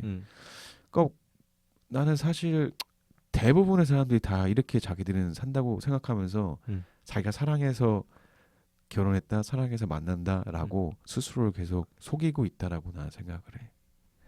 아닌 애들도 있지. 근데 있지. 걔네들은 딱 보면 티가 나지. 진짜 그런 것 같아. 왜냐면은 우리 회사에 어떤 애가 있는데 걔 같은 경우에 진짜 되게 결혼을 하고 싶어해. 여자애거든. 나이도 되게 어렸어. 20대 중반밖에 안 돼. 근데 한 2년 전부터 남자친구한테 결혼하자고 한 달에 한 번씩 얘기한대. 근데 보면은 진짜 걔가 되게 좋아하는 걸 느껴. 그게 남자를 만났을 때 그 여자의 눈을 보면 알아. 눈빛이 초롱초롱해. 그 내가 말하는 사랑해서 결혼했다라고 했던 내 주변에 애들 있잖아. 걔네는 지금 애 2-3명이고 결혼한 지 뭐 7-8년 됐고 상관없어. 그냥 남자가 있으면 와이프가 아직도 오빠 어디야? 막 이러면서 하면서 지금 뭐 데리러 갈 테니까 빨리 뛰어. 막 그러면 막 뛰어와. 근데 얘도 이미 그리고 같이 술 먹을 때도 이렇게 보면 연애할 때처럼 이것도 되게 특이한 게 다들 꽁냥꽁냥하다고 하는데 아니야. 그 연인들 다 같이 모일 때 있지. 막 남자애도 몸 돌려갖고 다른 남자애들이 자기 여자친구 잘해주고 있으니까 안 해주면 이제 욕 먹으니까 잘해주잖아. 할 때도 딱 보면은 여자애들 눈빛 보면 티가 확 나. 그렇지 않아? 맞아요. 눈빛이 좋아해서 하는 거라. 눈빛 완전 달라. 정말 그 여자애들은 옆을 보든 안 보든 그냥 눈빛 자체가 초롱초롱하게 자기 남자를 보고 있어. 근데 그런 연인 보기 되게 힘들어. 근데 그런 연인을 본 사람들은 알지. 쟤네 사실 너 그런 연인들 많이 봤어? 거의 없죠. 보기 진짜 진짜 없죠. 한 100명, 진짜 100커플 보면 한 2커플 보일까 말까. 근데 나머지 98커플은 자기들은 그 눈빛이 아니라는 걸 인식하고 있을까? 아니야. 걔네 인식 못 해. 자기들도 걔네들처럼 그렇게 하고 있다라고 속으로 생각해. 자기들은. 문제가 그건 것 같아요. 여기서 또 이런 걸 경험해 봐야지 이게 이런 사랑이 또 있다는 걸 아는데 대부분은 이런 사람이 진짜 드무니까 그냥 그러냐 하면서 만나고 있는 것 같은 커플도 되게 많아요. 그러니까 주변에 다 자기 같은 애들만 있지. 그렇죠. 그렇게 생각하면은 연애나 결혼이나 그렇게 크게 차이가 없어 보이는 게 그냥 뭐 우리나라 같은 경우에 특히나 뭔가 연애하는 걸 되게 권장하고 그러잖아. 어디 그룹을 가든 간에 왜 솔로냐 같은 걸 좀 물어보는 그런 거니까. 부끄러워 부러워하는 거지. 그 뭐 결혼도 결국에는 나중에 해야 될 때가 됐는데 왜 안 하냐. 그거 연애할 때랑 그냥 똑같잖아. 그러다 그치. 보니까 그 연애할 때 그냥 해야 되니까 얘인가 보다 싶어가지고 그렇죠. 서로 초롱초롱한 사랑은 안 하지만 연애를 하는 거고 맞아요. 이렇게 연애하는 거구나라고 그렇게 살아왔기 때문에 그거 가지고 이제 결혼을 똑같이 하는 거지. 그래서 나는 그게 이해가 안 되는 거야. 뭐 남자들이 왜 와이프한테 막 시어머니 막 이런 거 요구하고 막 그러면서 싸우고 그런 거 있잖아. 난 이해가 네가 그 정도의 밸류블 된 사람이 아닌 거야. 맞아요. 그 여자한테. 음. 그러니까 경제 이익 추구로 그때 시간 맞아서 그냥 결혼한 거잖아. 음. 근데 왜 여자한테 그런 걸 원하는 요구를 하냐는 거지. 그 여자 쪽에서도 뭐 남자가 뭐 집안일 이렇게 하고 어쩌고저쩌고 얘기하잖아. 야, 씨, 너 그 남자한테 뭘 그렇게 바라는 건지 난 잘 모르겠어. 그러니까 서로가 서로한테 뭘 그렇게 바라는 건지 잘 모르겠어. 후회되는 거 아닐까? 이렇게 해가지고 결혼을 하던가 그렇게 됐는데 나중에 생각해보니까 이게 아닌 거야. 그거보다는 여기 나왔던 이 얘기처럼 이익 추구해 놓고서 자기는 이익 추구 안 했다고 생각하고 사랑을 했다라고 자기는 생각하는 거지. 그러면서 나한테 왜 사랑 안 줘? 라고 둘이 싸우는 거거든. 내가 아까 말한 서로 사랑해서 결혼했다고 하는 애들 있잖아. 걔네는 집안일 뭐 시어머니 친정 이런 걸로 안 싸워 아예.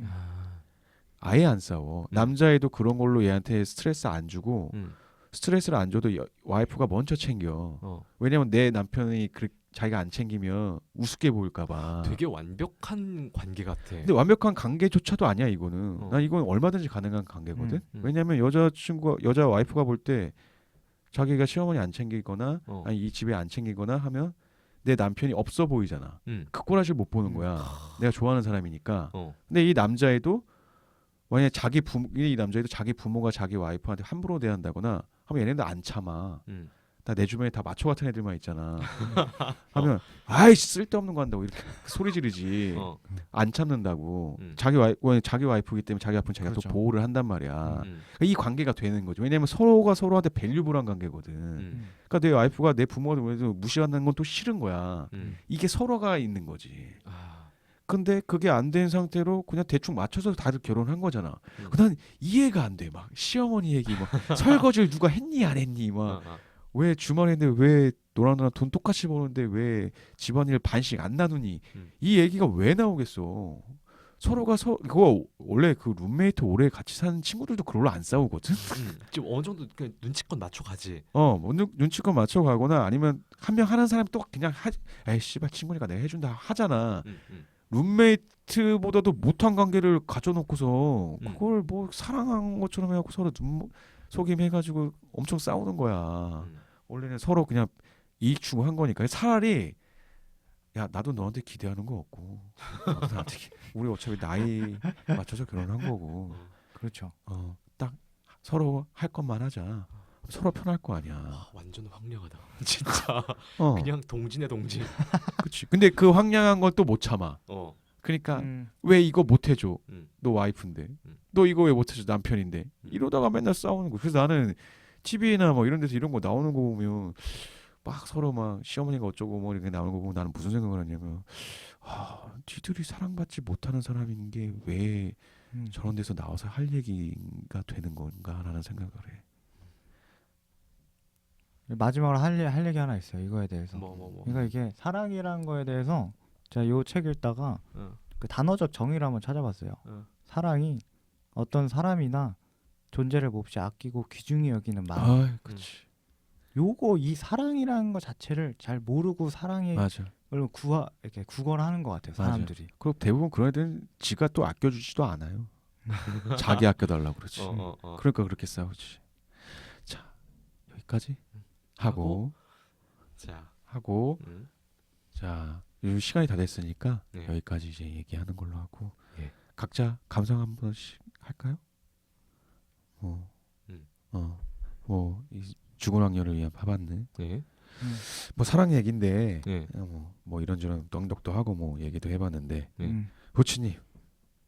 저는 우선 이거 소감. 읽고서 되게 좋았던 게 그 사랑이란 걸 저도 해봤잖아요. 근데 그게 어지러웠던 그런 감정을 약간 여기서 정의를 좀 받는 듯한 느낌이 되게 들었어요. 저는.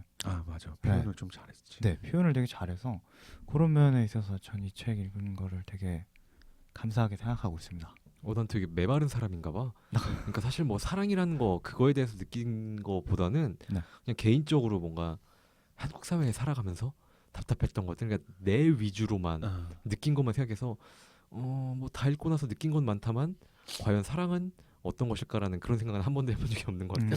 오히려 이렇게 우리끼리 얘기를 해보면서 이렇구나, 이랬던 거구나라는 걸 그제서야 느끼는 거지. 아무튼 뭐 대단히 좋은 책이었고 그리고 대단히 좋은 시간이었어요 개인적으로. 네, 저도 뭐 문장들도 좋았고 좀 생각해볼 것들이 좀 많이 있었던 것 같아. 좀 사랑 얘기뿐만이 아니라 좀 황량한 느낌도 많이 들었고 그런 거에 대한 표현이 많이 있어서 생각을 좀 많이 해볼 수 있어서 좋았던 것 같습니다. 자, 그럼 여기까지 하겠습니다. 수고하셨습니다. 수고하셨습니다.